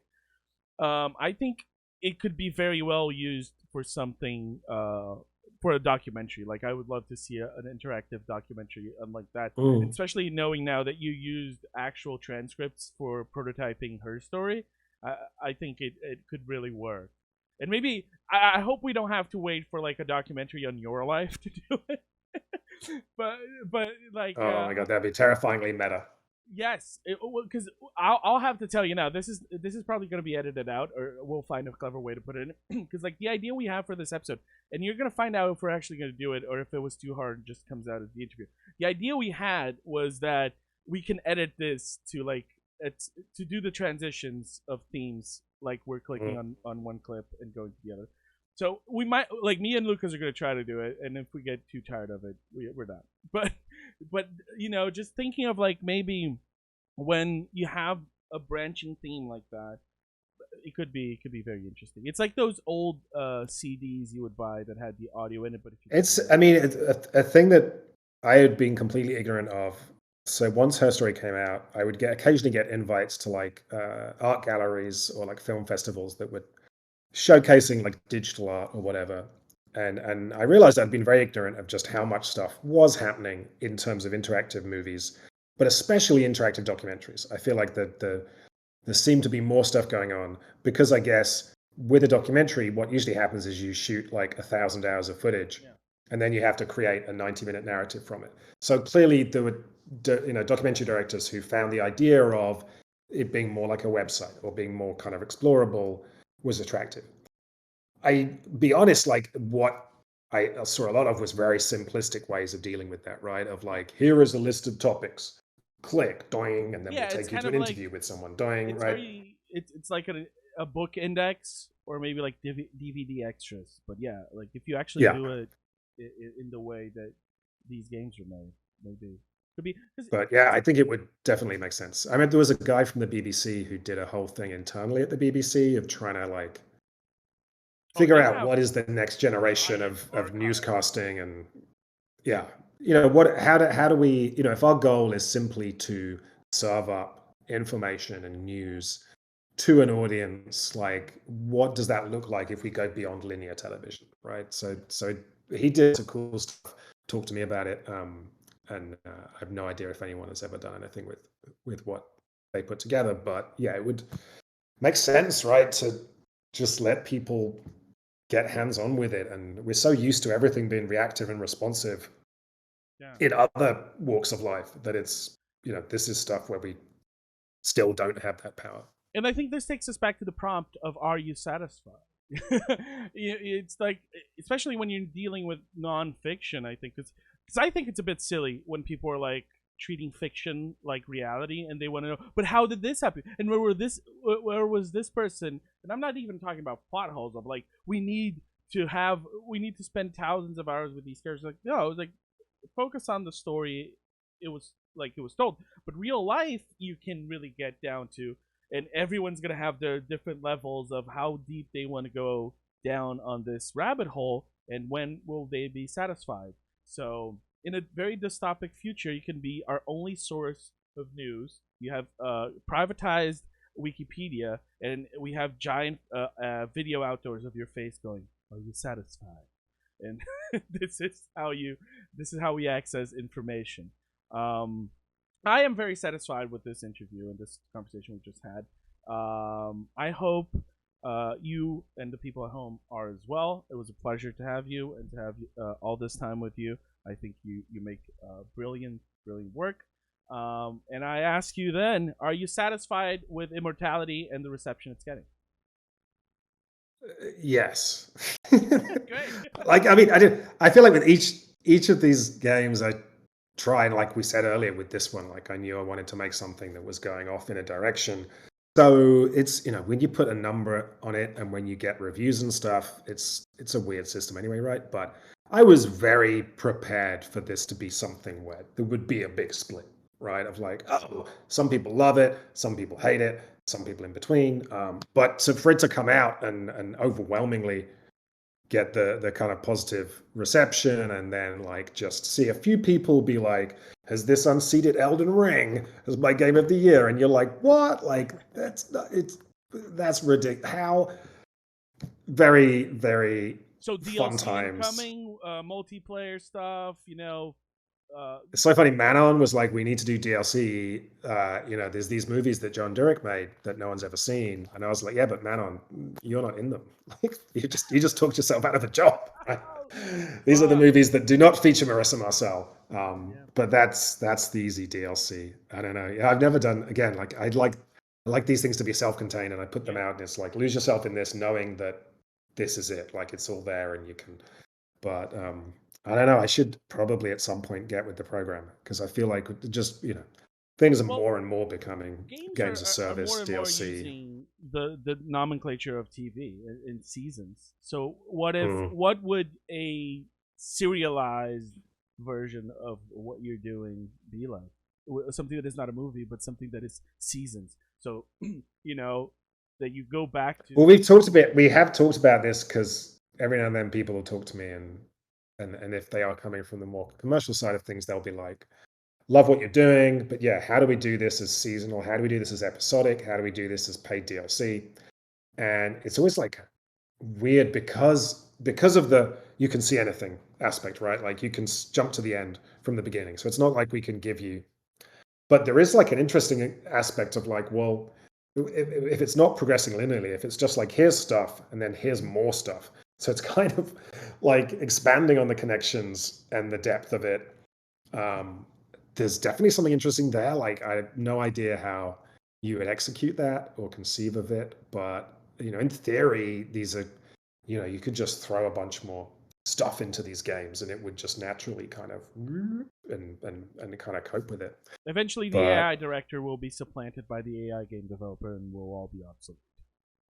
yeah, and we can just relax. We can just Yeah, be like Wally. We can just sit in our VR chairs, drink drinks, and not have to worry about all the things that we worry about. We're exactly. just We'll floating in space. we'll come up with things to worry about, I'm sure. Thank you so much, Sam. Have a great day. Have great, Thanks, man. time thinking of your next project. And thank you, Thank you. everyone Thanks at for taking home. the time.